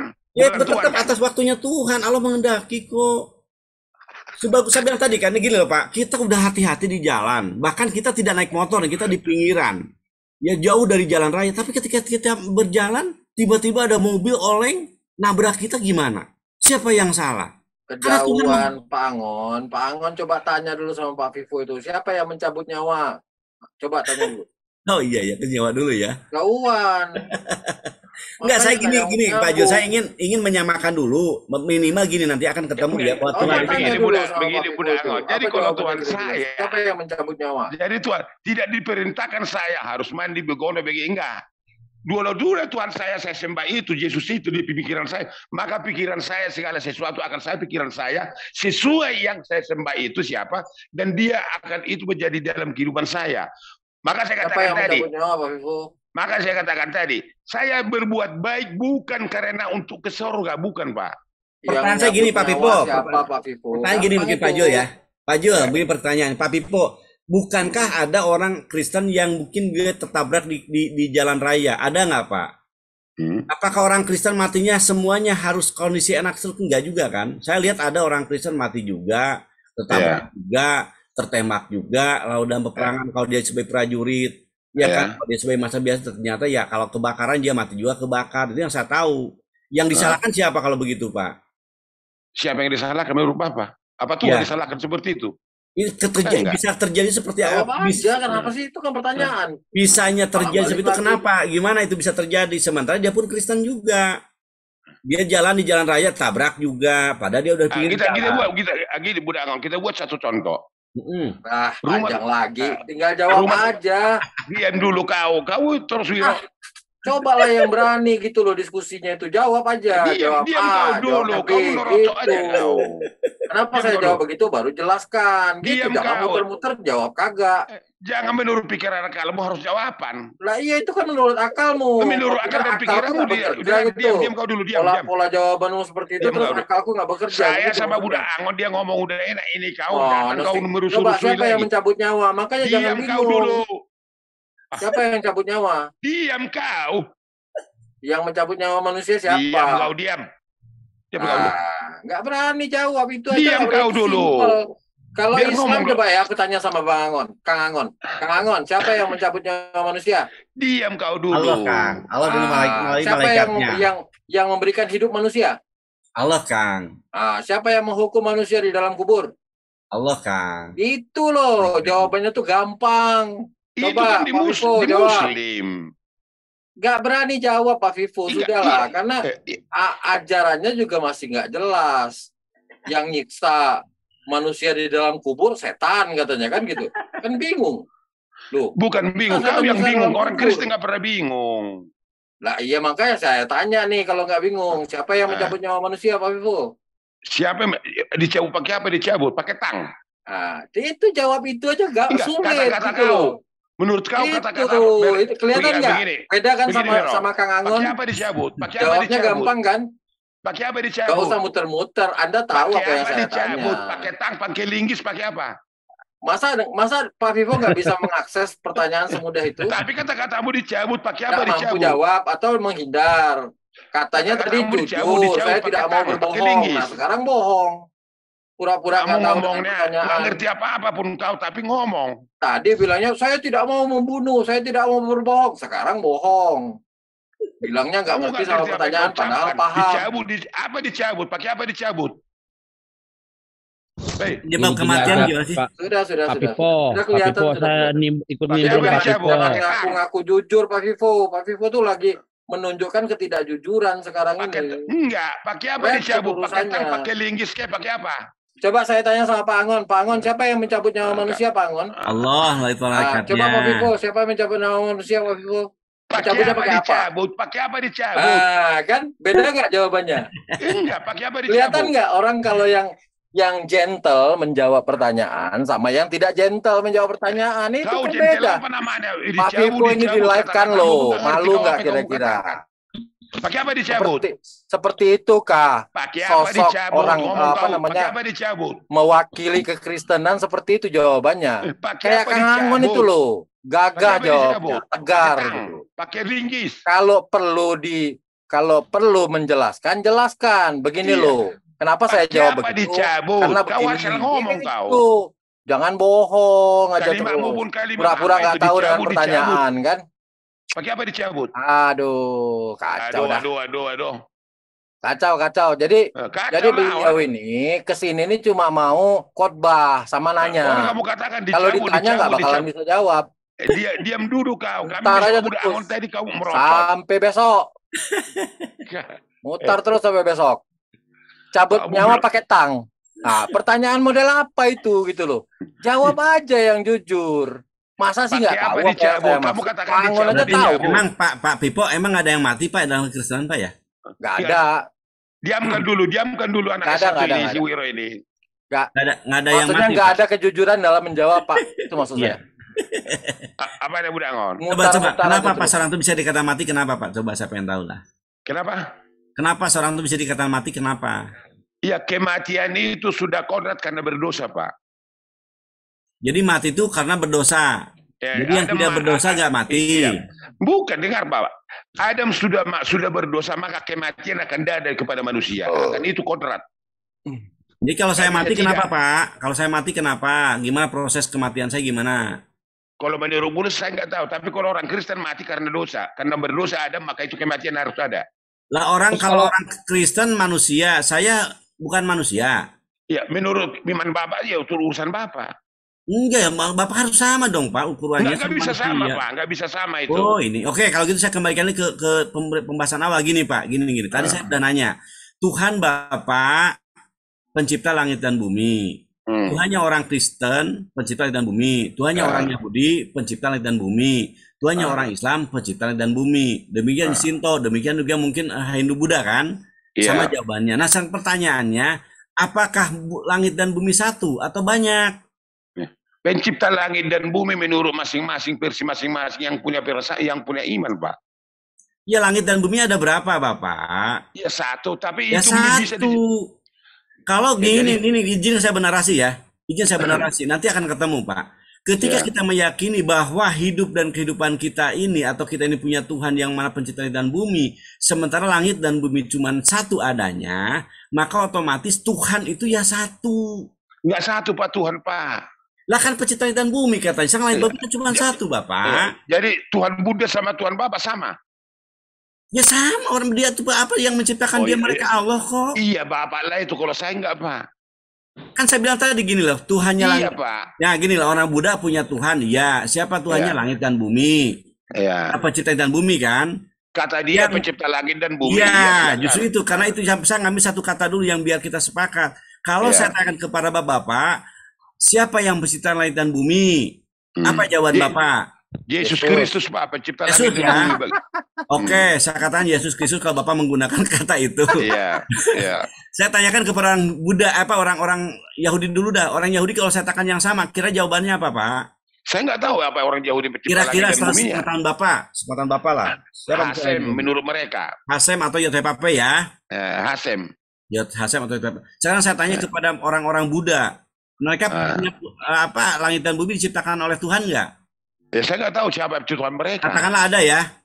Ya ada. Nah sekarang gimana Kang Gil? Ya. Nah sementara langit dan bumi itu adanya satu sekarang Pak. Real satu loh Pak. Kecuali gini, kalau Bapak ya punya langit dan bumi sendiri, ini kelompok orang-orang itu di sini langit dan buminya loh. Ini orang Islam di sini itu wajar. Saya setuju wajar itu Pak. Tapi kalau Bapak hari ini kita di angka realita, hari kita hidup di bumi yang satu, di tanah tumpah darah yang satu di Indonesia contohnya gitu kan. Indonesia satu ini. Kita di dalamnya ada orang Yahudi, Nasrani, Hindu, Buddha, Konghucu ada. Iya. Kita ini manusia punya mata, punya telinga, yang mana mata telinga semua ini yang ada anggota dianugerahkan oleh Tuhan penguasa langit dan bumi ini gitu loh Pak. Nah, iya betul yang Bapak. Ya, nggak sepakat saya Pak kalau itu. Kalau Tuhan saya memang lain dari Tuhan orang Buddha, dari orang Hindu lain. Nggak sama itu Pak. Bukan loh Bang Pipo, ikut nimbrung Bang Pipo.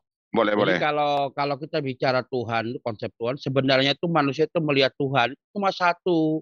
Cuma pemahaman mereka yang berbeda-beda. Karena logika kalau mengatakan kalau Tuhan itu banyak, itu pencipta itu bisa berantem. Nah, kalau mereka berantem terus yang klaim dunia dan langit itu punya siapa itu kan tidak jelas gitu loh. Cuma karena ada berbagai pemahaman yang berbeda sehingga menyebabkan seolah-olah Tuhan itu banyak gitu loh Pak. Kami gini Pak, menurut saya sejatinya itu Tuhan itu cuma satu entitas, satu entitas. Cuma pemahaman kita aja yang mengarahkan kita kemana-mana, itu yang menyebabkan kadang-kadang di Muslim menyebabkan kalau pengakuan ya Kang Helas ya, kalau pengakuan berkaitan dengan iman. Cuman permasalahan realita adalah begini Pak Budangon. Kalau saya katakan Tuhan Buddha dengan saya sama, berarti saya sesat Pak.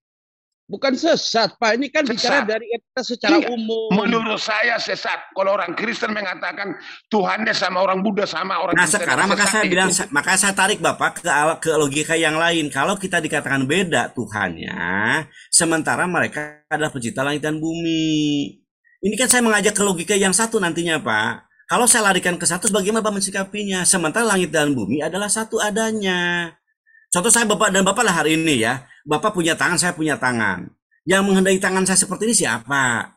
Kalau bukan Tuhan kita yang sama. Allah mungkin kita jari 5, Bapak juga 5. Sementara mata saya mungkin, atau bicara usia dulu lah. Mungkin saya usia lebih tua dari Bapak. Siapa yang menghendaki ini? Pasti Tuhannya yang sama Pak. Permasalahannya ketika kita mengambil siapa Tuhan yang harus benar-benar diambil oleh kita sebagai Tuhan. Ada Tuhan yang dipertuhankan, ada Tuhan yang hakiki. Gitu loh Pak. Nah dari sana nanti akan ketemu siapa nanti yang akan. Contoh gini lah. Ini akibatnya nanti ke surga neraka. Kalau saya punya keyakinan Tuhan saya lah yang nanti akan menghukumi Bapak. Enggak, keyakinan saya enggak gitu, Pak. Itu silakan. Emang kan izinkan saya menjelaskan. Kan dengan kalau itu Bapak jelaskan bagi saya itu terserah sama Bapak. Tapi sih keyakinan saya begini, iman saya begini. Tuhan Bapak tidak, Bapak dengar dulu. Tuhan Bapak tidak pernah itu menghakimi saya. Menurut saya enggak akan pernah. Karena Tuhan Bapak tidak saya kenal.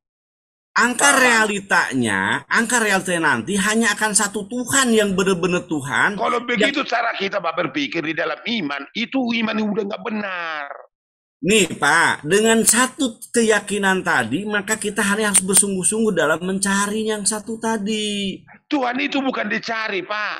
Kok Tuhan dicari? Enggak, maksud saya gini lah, saya ngikutin narasi Bapak aja kalau gitu ya. Sekarang begini Pak, ketika saya bilang tadi kan, contoh yang banyak tadi kita bahas, ya kan ada orang baik, dia nggak mabuk, nggak judi. Bapak bingung menjelaskan. Bukan bingung, udah saya jelaskan tadi Pak. Kalau ada orang nggak mabuk, nggak minum segala macam, dia percaya kepada Yesus selamat. Dia tidak percaya kepada Yesus, tapi dia tidak mungkin. Kok bisa tidak mungkin? Nah sekarang Bapak tanya ke saya. Bapak tanya ke saya selama hidup ini Pak, selama saya hidup hari ini, punya isi cuma satu. Ya, saya di pesantren lama, dan saya tidak pernah mabuk, tidak judi, tidak berzina. Bahkan minuman pun saya nggak pernah nyentuh. Terus Bapak mau bicara apa ke saya? Kalau saya besok mati. Begini Pak, kalau Anda katakan seperti itu, kalau Anda contohkan Bapak, saya contohkan dengan saya dulu. Sekarang kan Pak, saya tidak lakukan apa Anda katakan. Satu-satu, biar enak. Baik. Coba Bapak contohkan apa? Minum apa itu? Saya itu nggak mau saya minum, hanya air putih saya minum Pak, bagaimana pula? Air putih saya minum, kopi dan teh saya nggak saya minum. Ya itu bagaimana pula itu? Ini kan gini, kita kan bicara kepercayaan kepada Tuhan Yesus Pak, yang kita bahas. Kalau Anda katakan melalui makanan yang tadi. Lah kita kan bicara kata Bapak, sekarang yang jadi masalah apakah itu aturan Yesus yang Bapak sebutkan tadi? Karena ajaran itu Pak, pikiran saya maka nggak ingin saya minum itu Pak. Di ayat mana hadis lagi? Di kitab mana yang menjelaskan bahwa Bapak nggak boleh minum kopi, mau boleh itu, dari mana ada aturan itu? Karena itu pengetahuan loh. Bapak dengar dulu, karena itu pengetahuan saya melalui yang diajarkan kepada saya, maka saya nggak minum itu. Ajaran itu bersumber dari mana? Bapak nggak boleh minuman itu, jangan hanya air putih saja. Begini Pak. Bukan ajaran itu harus kamu mandi begini, kamu harus ke kamar mandi. Ajaran Yesus gak ada seperti itu Pak. Tapi kalau sudah berada di dalam diri Yesus, segala sesuatu yang merugikan tidak dilakukannya. Kalau begitu, oke. Sekarang gini, teman maaf ini tertarik saya. Bapak itu Katolik ya Pak? Nggak usah ke demo-demo. Udah, jangan, nggak apa-apa. Nah, sampai gini Pak, ketika Bapak berkeyakinan seperti itu, pertanyaan saya, adakah orang yang percaya kepada Yesus, tapi dia juga minuman kopi? Dia juga makan ayam. Ada. Apakah Bapak menyalahkan mereka? Tidak saya salahkan, itu hak dia. Justru itu berarti kita kan bukan ukuran kalau gitu Pak. Yang jadi ukuran kita apa kalau begitu? Sementara sama Kristen aja. Mengukur karena saya tidak minum, tidak begini. Anda yang mengatakan itu tadi, bukan saya. Itu sebagai bentuk ukuran kita, barometer maka kita untuk saya ambil menentukan. lagi bentuk yang ukuran Bapak itu yang saya katakan. Nah sekarang saya mengikuti aturan Bapak, ngikutin ini narasi Bapak, ya kan? Bapak dengan hari ini katanya Bapak nggak minum itu, nggak minum kan minuman yang saset Bapak nggak minum, ya kan? Pertanyaan saya, Bapak nggak minum itu atas dasar apa? Kalau itu atas dasar baik, dengar, Pak. Kalau itu atas dasar perintah dari Yesus, pertanyaan saya kenapa ada orang yang ngaku Yesus sebagai Tuhan? Pak, bukan perintah itu dari Yesus, bukan. Dengar Pak, dengar dulu saya bicara. Satu contoh. Nah, kan sekarang main teh botol lah, apa Sprite lah, enggak saya minum Pak. Kenapa Bapak nggak minum itu? Maka dengar dulu Pak. Dia Bang. Dengar dulu Pak. Tidak salah dulu. Udah tua, kena gula kalau minum-minum gitu. Dulu Pak. Alasan itu yang Bapak pakai. Bukan, dengar dulu lah saya terangkan. Terangkan dong. Kenapa tidak saya minum itu? Karena pemikiran saya mengikut Tuhan, saya tidak perlu saya minum. Bahkan salah satu lagi, atau nyanyian rock. Saya nggak pernah dengar, saya nggak mau dengar nyanyian rock. Begitulah kehidupan saya, rock. Tahu Bapak, nyanyian rock. Ya. Saya nggak suka itu. Saya nggak pernah. Padahal enak loh Pak. Dengar dulu, mau enak mau apa, tapi di dalam pribadi saya nggak mau mendengar itu, nggak enak saya rasa. Tapi bukan dilarang Tuhan saya, itu bukan. Nah sekarang kalau Bapak punya aturan yang oleh ternyata pemikiran Bapak, dan sementara ada orang Kristen yang tidak sepemikiran dengan Bapak, bagaimana Bapak mensikapi itu? Urusan dia itu, bukan urusan saya. Katanya ukurannya tadi, masalah ukurannya kan percaya kepada Yesus. Iya. Seseorang itu dapat keberkahan hidup. Iya. Sementara ada orang yang percaya kepada Yesus tapi tidak sepemikiran dengan Bapa. Kalau begitu apa yang menjadi ukuran sebenarnya? Dengar Pak, ajaran Kristen itu tidak sama secara person pribadi masing-masing dengan pengertian. Lupa nih, kalau saya menyembah Tuhan saya contohnya. Memang bisa ngamuk loh ke Bapak nih kalau dia berani. Bukan ngamuk, dengar Bapak dulu. Jadi kalau Anda begini Budak Angon, Anda buatkan satu peraturan di dalam agama Bapak, kepercayaan Bapak kepada saya nggak bisa Pak. Nggak bisa. Minimal gini loh Pak, peraturan itu kita sepakati, tapi kita masuk ke akal kita masing-masing. Sekarang gini, contoh tadi saya udah memberikan contoh kepada Bapak kan. Ya. Ketika Bapak katanya tadi ada batasan, nggak boleh begini, nggak boleh. Terus bagaimana kalau ada yang melampaui batas, kan gitu kan? Itu urusan mereka, bukan urusan saya. Nah sekarang ada orang yang punya batasan sama dengan Bapak. Tidak mabuk, nggak judi, nggak jinah. Orang ya Kristen kan? Pun dengar Pak. Mungkin begini Bang Angon, konsepnya itu sama, percaya dulu kepada Tuhan. Jadi kalau mungkin di Kristen mereka menganggap bahwa Yesus Kristus itu adalah tonggak pertamanya gitu loh. Jadi kalau nggak begitu kan, saya nggak menangkap itu loh. Sekarang gini aja, Pak Pipo ngomong tadi ya, dia nggak minum. Kan sama dengan Islam. Islam kan kita kan menganut bahwa kita kan di luar itu kan sudah musyrik. Kita harus percaya dulu bahwa Allah itu cuma satu. Bukan, kalau saya nggak menemukan itu. Justru gini yang saya lihat itu, ketika Pak Pipo meyakini bahwa dia tidak minum ini itu gitu kan, yang tadi yang Sprite segala macam dia nggak minum, itu berangkat dari pemikiran dia. Sementara ada orang yang berkeyakinan sama Kristen juga dia minum Sprite. Tapi minum babi. Tidak masalah, tapi dia tidak mempermasalahkan itu. Tidak saya masalahkan itu, tidak. Yang dia permasalahkan itu konsep keselamatannya dia mungkin. Katanya kan dari awalnya tadi kan percaya kepada Yesus. Iya, itu loh kan, iya, Pak. Iya. Cuma penerapannya itu loh, Pak. Mungkin penerapannya yang di lapangan bagi mungkin Bang Pipo itu mungkin menganggap orang yang sudah percaya dengan Yesus ya sudah diselamatkan. Iya, selamatkan. Nah, sekarang kan saya bilang tadi kan gitu. Kalau toh demikian contohnya, maka saya memberikan contoh gimana kalau saya kan gitu nggak mabuk. Oh enggak Pak Bro, masalah minuman kan soal minuman kan. Minuman sama dia dibikin penjelasan lebih rinci lagi. Saya nggak minum ini Angon. Berarti kan saya sedikit lagi oke gitu berarti. Karena Anda katakan tadi saya tidak main judi, tidak main ini, tidak saya minum yang Bapak pasti bilang. Begini kalau Mas Angon memberikan percontohan seperti tadi dalam pandangan Bang Pipo ketika Bang Angon tidak percaya Yesus tidak diselamatkan ya begitu masuk neraka itu pemikiran mereka. Nggak berani ngejelasin gitu kan dia Kang. Makanya saya minta Pak Pipo apa yang menjadi nggak berani itu yang salahnya. Ya saya nangkap nggak berani Kang Jul ya. Dia nggak berani memberikan hukuman. Oh Angon gitu. Statementnya dari tadi cuma cari remis aja kok. Iya nyari remis nggak boleh. Mestinya di kitabnya itu di keyakinan kamu penangon akan masuk neraka. Kamu akan lebih enak bagi kami. Enggak, kalau saya yang mau saya tanya ke Bang Pipo konsep keselamatannya itu seperti apa? Enggak begini. Masalahnya begini Pak. Nggak minum Sprite. Itu keselamatan nggak Heles. Konsep keselamatan yang di dalamnya itu ada kematian itu sudah cacat logika. Orang selamat kok ada mati itu dari mana? Jadi kalau Bang Pipo berangkat dari konsep keselamatan hanya sekedar percaya kepada Yesus, tapi masih melalui proses kematian itu udah cacat logika. Itu loh Bang yang harus pahami. Coba dipikirkan panjang-panjang. Itu loh.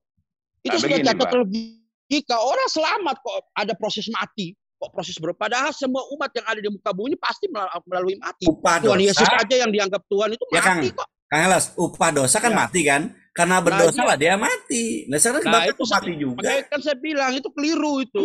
Keselamatan itu kok seperti begitu sudah cacat logika. Makanya gini Kang, ini mungkin saya tadi lupa ya. Kalau mau bilang konsep keselamatan itu murni, mestinya dari Nabi Adam sampai sekarang nggak ada yang mati. Nah betul. Kalau gini Kang Heles, mungkin gini. Logika itu Bang Pipo. Kang Heles, mungkin gini, minimal gini ya. Ketika Yesus datang, ya kan, akan ada perubahan tuh, wajar, ya kan. Orang-orang yang menerima Yesus, akhirnya dia dibikin kalau dia lihat perempuan, ya kan, dia nggak ngaceng, maaf nih bahasa kosor ya, dia ngeliat dompet orang, ini bagus, ini mah enggak. Saya kemarin memberikan contoh kepada siapa ya? Saya kemarin memberikan. Ada hal yang sama ketika kita dihadapkan dengan dua pilihan yang sama. Saya dengan Bapak dihadapkan di depan meja kita ada minuman. Mungkin kalau pemikiran saya mereka tidak punya ketegasan. Seperti di Islam kan punya ketegasan bahwa kita meyakini Rasulullah sebagai utusan. Nah, mereka sendiri tidak punya ketegasan bahwa Yesus itu benar-benar Tuhan. Seperti itu. Karena memang dia rancu. Contoh seperti begini, saya tanya Bang Pipo. Bang Pipo, Bang Pipo tuh mempercayai yang namanya reinkarnasi dalam konsep Tuhan nggak? Pak dengar saya terangkan kepada Bapak dulu. Enggak, Mbak, saya tanya dulu karena pertanyaan saya belum ada. Ini saya mau mengarahkan biar Pak Pipo itu tidak lari kemana-mana. Dalam agama Bapak, agama Bapak itu konsep Tuhan Bapak itu seperti apa? Apa ada proses inkarnasi atau dalam arti pengertian begini, dari Bapak firman terus berubah menjadi manusia, terus pada akhirnya manusia itu dia kembali lagi ke dalam surga. Atau seperti bagaimana yang Bapak pahami konsep ketuhanannya? Baik, makanya saya terangkan dulu, Pak. Jadi Bapak jangan ngoceh terus. Ya silakan. Maksudnya saya itu kan apa? Udah. Ya sudah, Bapak konsepnya seperti apa? Iya. Keselamatan itu enggak, saya tanya konsep Tuhan. Saya tanya tuh konsep Tuhan. Oh, konsep Tuhan, ya. Konsepnya dari situ awalnya, Pak. Adam berdosa, maka Tuhan menyelamatkan dia, Tuhan. Saya tanya konsep Tuhan, Bapak, pemahaman Tuhan itu seperti apa? Apa Bapak memahami bahwa Tuhan itu awalnya dari Tuhan atau Bapak, terus dia menjelma menjadi firman yang dalam lagi kan, terus dia balik lagi ke Tuhan lagi, enggak? Apa seperti begitu pemahaman Bapak? Mendengar dulu lah, Pak. Jadi Bapak yang ngoceh, jadi cuma saya nerangkannya. Ya maksudnya saya menjelaskan apa, biar Bapak itu tidak lari kemana-mana. Tadi kan sempat lari ke Adam. Makanya saya tanya konsep Tuhan seperti apa yang Bapak pahami. Ya, saya akan berangkat dari Bibel, Pak. Dia yang saya pelajari, bukan ya, monggo. Iya, maksudnya apa? Kan begini loh, karena praktiknya di lapangan, orang Kristen itu punya paham doktrin yang berbeda-beda. Ada yang Tritunggal, ada yang Trinitas, ada yang Oneness, ada yang menganggap cuma Tuhan itu Maha Esa. Makanya saya mengarahkan apa yang Bapak pahami tentang konsep Tuhan sendiri di luar doktrin. Apakah wujud pengertiannya seperti tadi, Tuhan dalam bentuk goib, artinya goib itu kan tidak terlihat, terus dia berubah menjadi firman yang berbentuk manusia, terus setelah dia jadi manusia, dia kembali lagi ke sorga. Kira-kira seperti begitu enggak? Enggak. Ya, jadi gimana coba? Jelaskan. Pada mulanya Allah menciptakan langit dan bumi. Bumi belum berbentuk dan kosong gelap gulita, menutupi samudra raya dan roh Allah. Aku nanya konsep Tuhan, Bang. Gak menceritakan tentang proses Tuhan menciptakan bumi. Konsep Tuhan Bapak itu seperti apa, Bang Pipo? Bang Pipo melihat Tuhan itu seperti apa? Coba saya tanya itu aja. Melihat Tuhan bagaimana maksud Bapak? Melihat Tuhan ya kan itu bagaimana? Kalau secara umum, Tuhan Bapak itu kalau dipengaruhi dengan unsur terluar, yaitu Yesus. Nah, bagaimana Bapak bisa mengkaitkan Yesus, firman dengan Bapak Allah itu?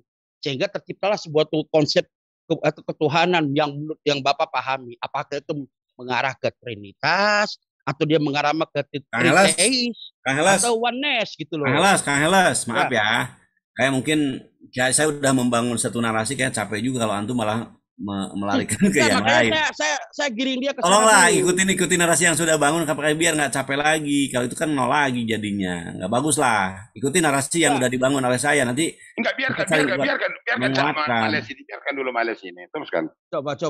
Kan itu maunya Pak Helas, ya maunya Pak Pipo gitu, Kang Helas. Aduh, antum. Enggak, karena dari awal kan kita bicara tentang Tuhan tadi. Tuhan seperti apa? Makanya sebelum kita melebar kemana-mana, kita sepakati dulu konsep Tuhannya mereka itu, Pak Pipo itu seperti apa.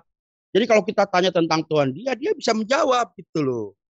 Sesuai dengan apa yang dia imani. Tapi kalau kita tidak tahu konsep Tuhan yang dia pahami seperti apa, bagaimana kita mau menanyakan gitu loh. Baik. Jadi samakan dulu pemahaman yang kita paham. Kira-kira Pak Pipo ini mengandung konsep Tuhan seperti apa. Konsep Tuhan itu sebagai konsep Tuhan itu tidak bisa dijangkau pikiran, tapi yang menulis itu yang mengatakan Pak, yang di Bibel, sebab di dalam dia terdiam secara jasmani seluruh kepenuhan Allah. Kolose 2 ayat 9, Pak. Kalau bicara prosesnya itu Bapak menganggap seperti apa? Misalnya tadi kalau kita lihat proses sederhana, kan berarti gini Pak, dengar dulu. Kalau kita lihat proses secara sederhana itu kan konsep Kristen itu kan menceritakan tentang seorang Bapa yang ada di sorga. Bapak salah, Males. Jadi gimana? Bapak salah. Makanya saya katakan, saya tidak bisa menentukan Tuhan saya, pikiran akal saya. Kalau Bapak bisa menentukan Tuhan Bapak, akal pikiran Bapaknya itu. Maka saya bacakan dulu, sebab di dalam dia terdiam secara jasmani seluruh kepenuhan Allah. Kolose 2 ayat 9. Yesus itu Tuhan saya, Pak. Ayat ini mengatakan, bukan saya. Kalau Bapak? Sebab di dalam dia terdiam secara jasmani seluruh kepenuhan Allah. Tapi prosesnya yang dipahami orang Yesus kan Kolose 2 ayat 9. Firmannya dia berubah menjadi manusia kan. Saya pengen takun konsep seperti apa yang Bapak pegang gitu loh. Saya lanjutkan. Ya, saya lanjutkan Pak. Diam Bapak dulu. Iya. Pekerjaan Bapak, Bapak dengarkan. Dia memberikan anaknya, Yohanes 3 ayat 19. Dia mengampuni dosa, Mika 7 ayat 18. Itu pekerjaan Allah Bapak. Pekerjaan anak, Kristus menyelamatkan dari dosa, Matius 1 ayat 21. Dia mengantarai kita, 1 Yohanes 2 ayat 1 sampai 2. Pekerjaan Roh Kudus, dia mengilhami nabi-nabi, 2 Petrus 1 ayat 21. Dia menginsapkan dunia ada akan Roh dosa. Kudus, ada firman, ada Bapa, begitu. Bapak dengar dulu, ini kan iya. Maksudnya saya terlepas daripada bukan itu dia masuk konsep. Pak. Bukan ada maksudmu di Bibel Pak, di Tuhan, nggak ada. Enggak begini, mau begini. Kalau saya singkat seperti begini Pak. Jadi Tuhan yang Bapak pahami. Menurut Bapak terhadap Allah aja silakan. Tidak, maksud saya begini. Saya mau memberikan sebuah kesimpulan yang mungkin salah atau benar. Kesimpulan Allah Bapak silakan, kesimpulan Bapak Allah. Bapak ya nanti Bapak yang menilai. Saya akan berikan kesimpulan, kan kita diskusi. Ya. Jadi maksud saya begini, ketika saya melihat konsep Tuhan Tuhan orang Kristen itu seperti begini. Seorang yang gaib Bapa di sorga sana, yang gaib itu loh Pak. Terus dengan kehendaknya dia ingin merubah dirinya menjadi seorang manusia yang wujudnya itu makhluk hidup. Terus setelah itu dia kembali lagi ke dalam bentuk bentuk kembali lagi ke sorga. Kan teknisnya kan begitu toh Pak. Benar nggak Pak Pipo? Amburadul itu Pak. Amburadul gimana? Amburadul. Bapak berbicara tanpa melalui yang saya bacakan. Enggak, maksudnya kan Yesus kan mati. Ya, itu kan maksud orang Kristen setelah itu kan dia maksud mati. Bapak. Mana Bapak ini? Ya gimana? Wong jelas-jelas dibedakan antara Bapak dengan Yesus kok. Makanya dengarkan Pak. Pekerjaan Bapak yang di Bibel ini mengatakan siapa dia. Dia memberikan anaknya, Yohanes 3 ayat 16. Dia mengampuni dosa. Langsung gini aja dulu. Pak. Konsepnya apa? Saya ingin tahu. Ini konsepnya. Dia mengampuni dosa, Mika 7 ayat 18. Itu pekerjaan Bapak.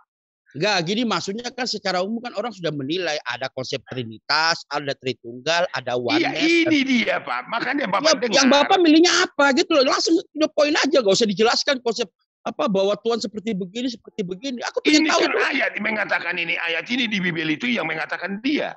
Lah ya akhirnya kesimpulannya apa? Bapak itu mengandung apa? Baik, makanya Bapak dengar pekerjaan anak. Kristus, ini Yesus. Kristus menyelamatkan dari dosa, Matius 1 ayat 21. Dia mengantarai kita, 1 Yohanes 2 ayat 1 sampai 2. Pekerjaan Roh Kudus. Dia mengilhami nabi-nabi, 2 Petrus 1 ayat 21. Dia menginsapkan dunia akan dosa, Yohanes 16 ayat 8. Dia memimpin dalam kebenaran, Yohanes 16 ayat 13. Dia mendatangkan kelahiran baru, Yohanes 3 ayat 18. Gitu loh. Kesimpulannya apa? Bapak itu menganut konsep apa? Apa Trinitas, Tritunggal atau oneness? Itu aja, enggak usah dijelaskan. Orang nanya konsep Tuhan seperti apa yang Bapak pahami kok. Yang Bapak anut kok malah Bapak jelaskan tentang keberadaan Tuhan. Saya tidak tanya Tuhan seperti apa. Makanya tadi tak persempit. Saya persempit. Kalau sekiranya yang Bapak pahami ayat ini menentukan bukan Bapak, bukan saya Pak. Lah Bapak nganutnya apa? Kenapa Bapak pikir akal Bapak harus sesuai dengan Tuhan Bapak? Saya tidak nanya. Saya nanya yang Bapak jawabannya inilah yang dituliskan. Yang dituliskan kan itu, sebab di dalam dia terdiam secara jasmani seluruh kepenuhan Allah. Muhammad Rasulullah. Orang Kristen itu sudah memberikan doktrin. Ada bukan yang Kristen Pak. Ini Bibel ini mengatakan kepada saya. Itulah saya imani. Bapak sendiri itu manutnya apa? Orang nanya kok. Iya, jadi nanti pertanyaan saya lanjutan itu biar tidak melenceng gitu loh.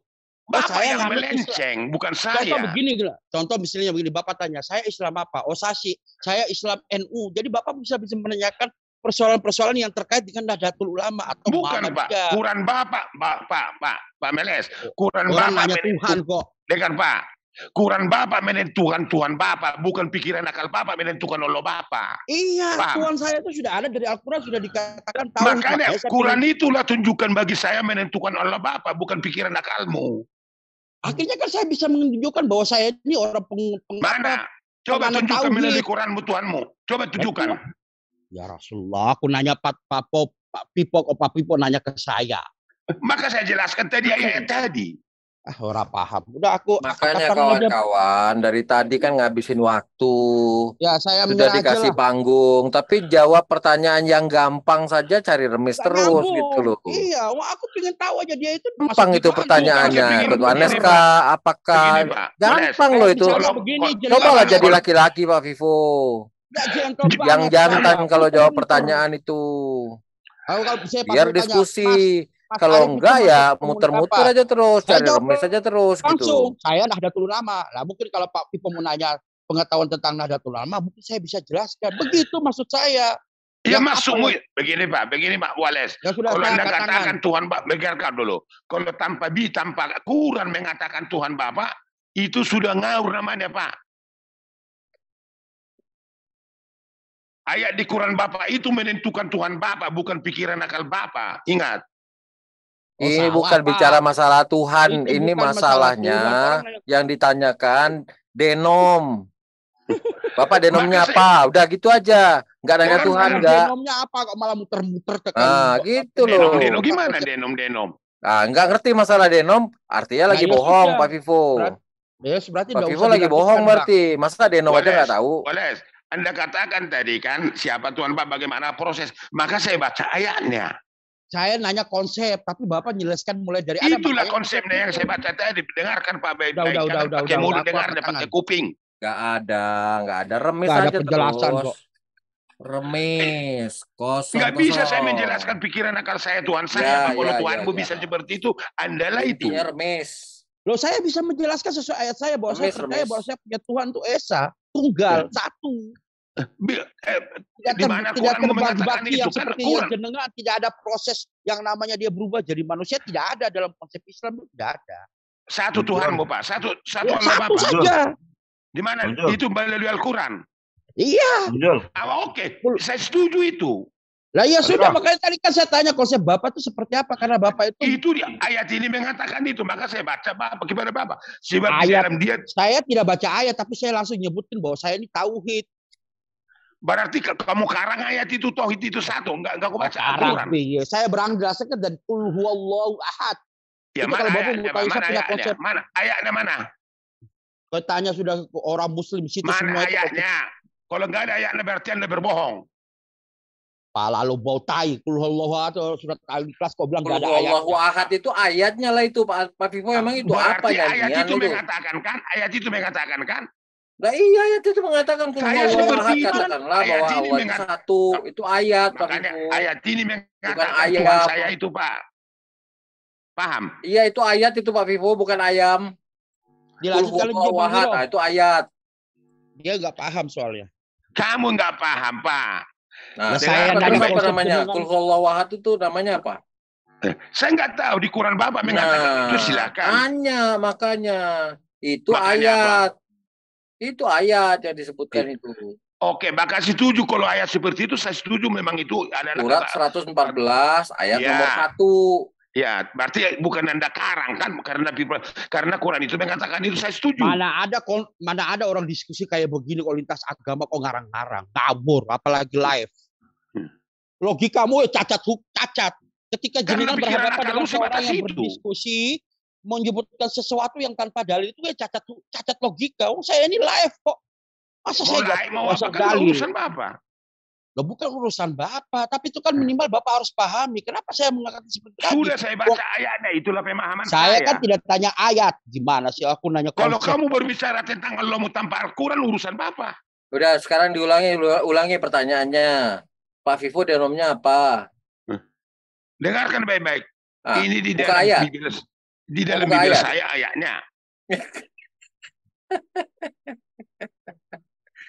Cari remisan mulu Pak Vivo. Aduh, pusing dengernya deh. Enggak, kamu pusing karena memang iyalah orang ditanya denom kok nggak mau jawab.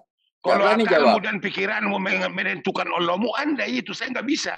Loh, tadi kan sudah dipakein ayat kok menentukan Tuhan, gimana sih? Yang ditanya itu Pak Vivo sekarang, denomnya apa? Jawab.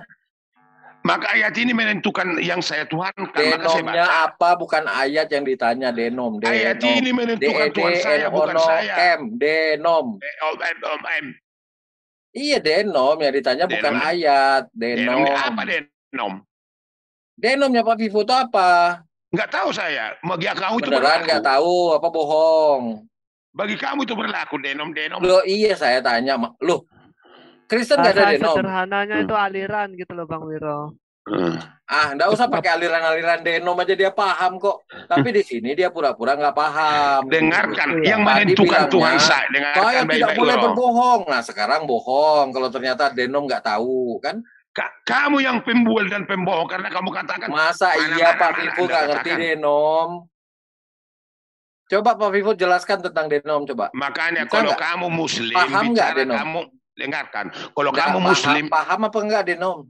Bicara kamu dari Quranmu baru orang denom. Percaya kepada Anda. Denom, D-E-D-N-O-M. Denom. Tahu nggak?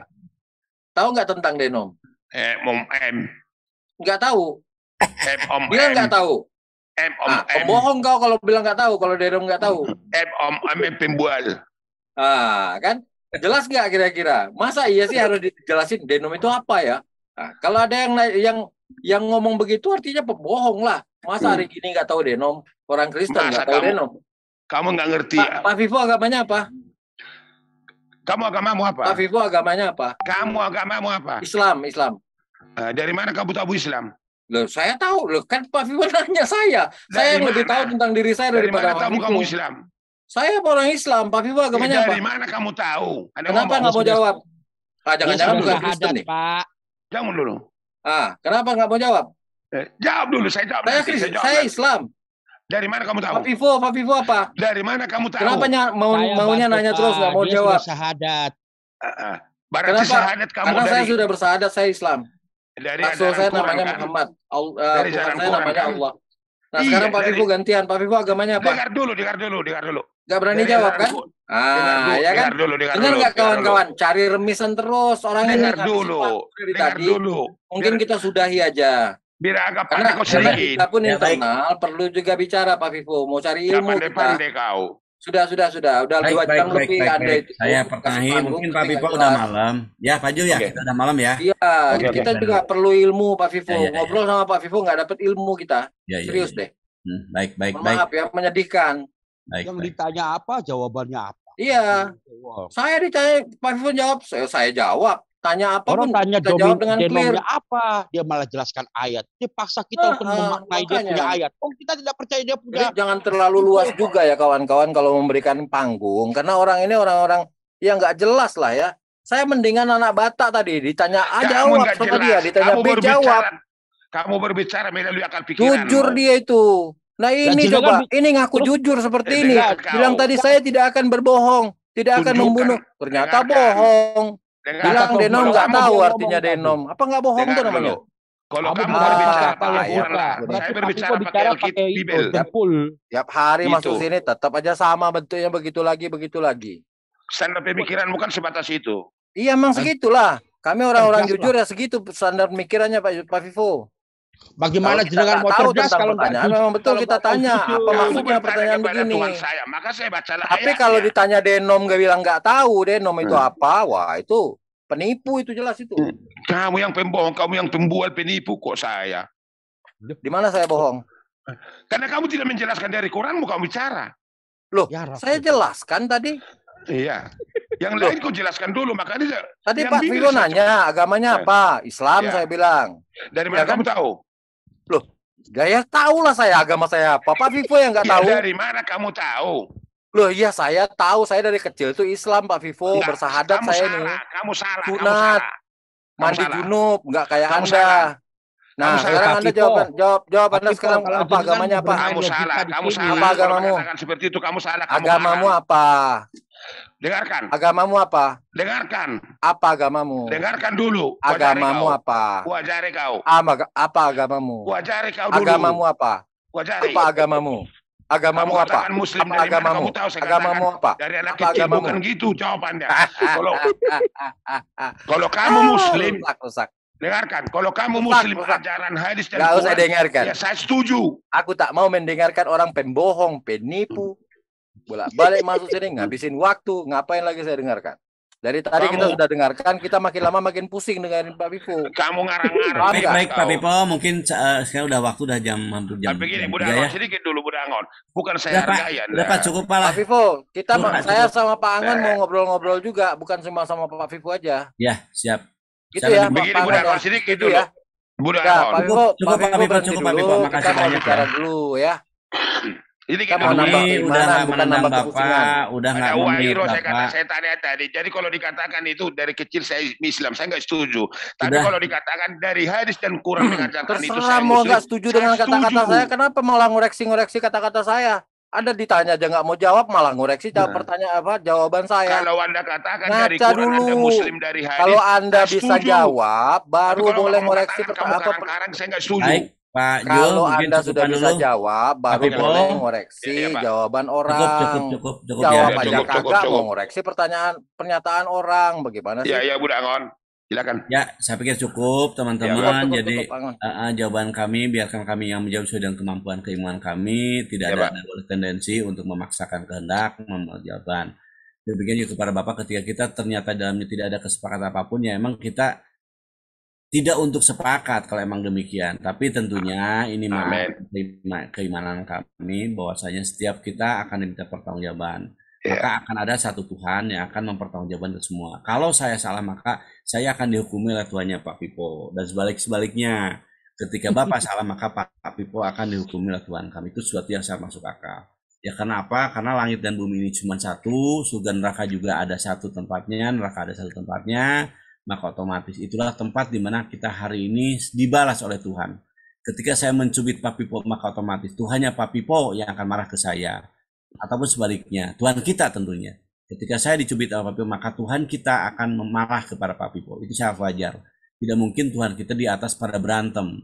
Ya, enggak salah Kak. Enggak mungkin ya begitu. Jadi insya Allah dengan pemahaman seperti ini, insya Allah sebaliknya kita punya Tuhan yang satu. Cuman sayang di antara kita belum punya kata sepakat. Tuhan yang seperti apa yang harus kita jadikan rujukan. Ya, itu yang saya lihat. Orang-orang Hindu mungkin nyubit saya, tetap dia pun akan ditegur oleh Tuhan saya. Karena itu nggak benar. Jadi Tuhannya manusia tadi akan mengatur kita di antara kita sama kita. Ya, jadi nggak mungkin. Saya meyakini orang-orang Amerika punya Tuhan sendiri, nggak mungkin. Kalau kata Tuhan banyak, ya Tuhan banyak. Tapi itu dipertuhankan, bukan Tuhan. Yang hakikatnya cuma satu. Itu keyakinan kami. Maka ini sesuai dengan keyakinan kami pula. Mohon maaf, ini keyakinan Islam tentunya bicara. Seluruh manusia semuanya oleh Allah akan dihukumi. Ketika mereka berbuat baik, kan ada pertanyaan sama Pak pada saya tadi. Di mana budak Angon? Ya, ketika ada orang tapi dia tidak bersahadat, tapi dia tidak begitu, tapi dia orang baik, patuh tunduk kepada negara, dia tidak mau jadi. Saya katakan dia tetap ya akan masuk neraka jahanam. Karena apa? Nah, nanti akan ada penjelasan. Saya punya penjelasan itu. Cuman sayang di sini kita ada ketidakbagusan ya dalam cara berdiskusi, tapi ini semua kembali lagi mungkin kita tidak dilahirkan di rahim yang sama. Kita pun tidak disekolahkan di sekolah yang sama, kita tidak dididik oleh pendidik yang sama. Sehingga ya seperti ini. Ya, tapi insya Allah kami Muslim, walaupun kami tidak di tempat didik yang sama, insya Allah ada kata sepakat. Kenapa? Kita punya Quran yang jadi rujukan. Mungkin hina kami, masalah cebok kami diatur. Tapi dengan itu pula kami ada sepakat akhirnya. Kami merasa dosa kalau kami kencing berdiri tanpa duduk. Ya. Kami merasa berdosa ketika kami makan tangan kiri. Kenapa? Karena ada hadis menjelaskan seperti itu. Sehingga kami sepakat semuanya. Ya, sehingga kami kalau saya main ke tempat Pak Wiro, saya nggak mungkin meminta Pak Wiro tolong dong anaknya suruh ngelayanin saya, seksnya nggak mungkin. Karena kami punya sepakat bahwa aturan di tempat Pak Wiro, di tempat kami adalah sama. Bahwa berzina adalah haram. Kan gitu. Ini manfaat dari kita punya hukum yang sama yang tertulis. Saya katakan, ini mungkin saya dakwah kepada teman-teman ya yang ada di netizen sana. Ketika hukum itu tertulis, baik cara makan, cara duduk, segala macam, insya Allah kami ada punya kesepakatan akhirnya. Ya, kemanapun saya ke Amerika, terus saya ketemu dengan Muslim di sana, maka saya tidak akan mungkin neko-neko. Orang Muslim akan menyuguhkan saya minuman yang halal, makanan yang halal, karena kami sepakat, karena tertulis dalam kitab kami. Ya, nggak boleh makan babi, nggak boleh makan anjing, nggak boleh makan makanan yang tidak disembelih atas nama Allah. Itu udah kesepakatan kami. Ya, kami akan saling menegur. Bapak, maaf makannya pakai tangan kanan. Walaupun orang Amerika akan negur saya dengan itu. Pak Angon, Anda kalau makan sambil duduk, nggak boleh berdiri. Kami tidak akan marah karena itu adalah terkutip dalam kitab suci kami. Ini kelebihan yang kami miliki. Ini Islam yang kita miliki, Iwan Bila. Ya, ketika saya sholat di Jepang, saya sholat tidak mengarah ke kiblat, orang Jepang akan menegur saya. Pak Angon, Pak Jul, Wiro, Anda salah menghadap kiblatnya. Ke arah sini kiblatnya.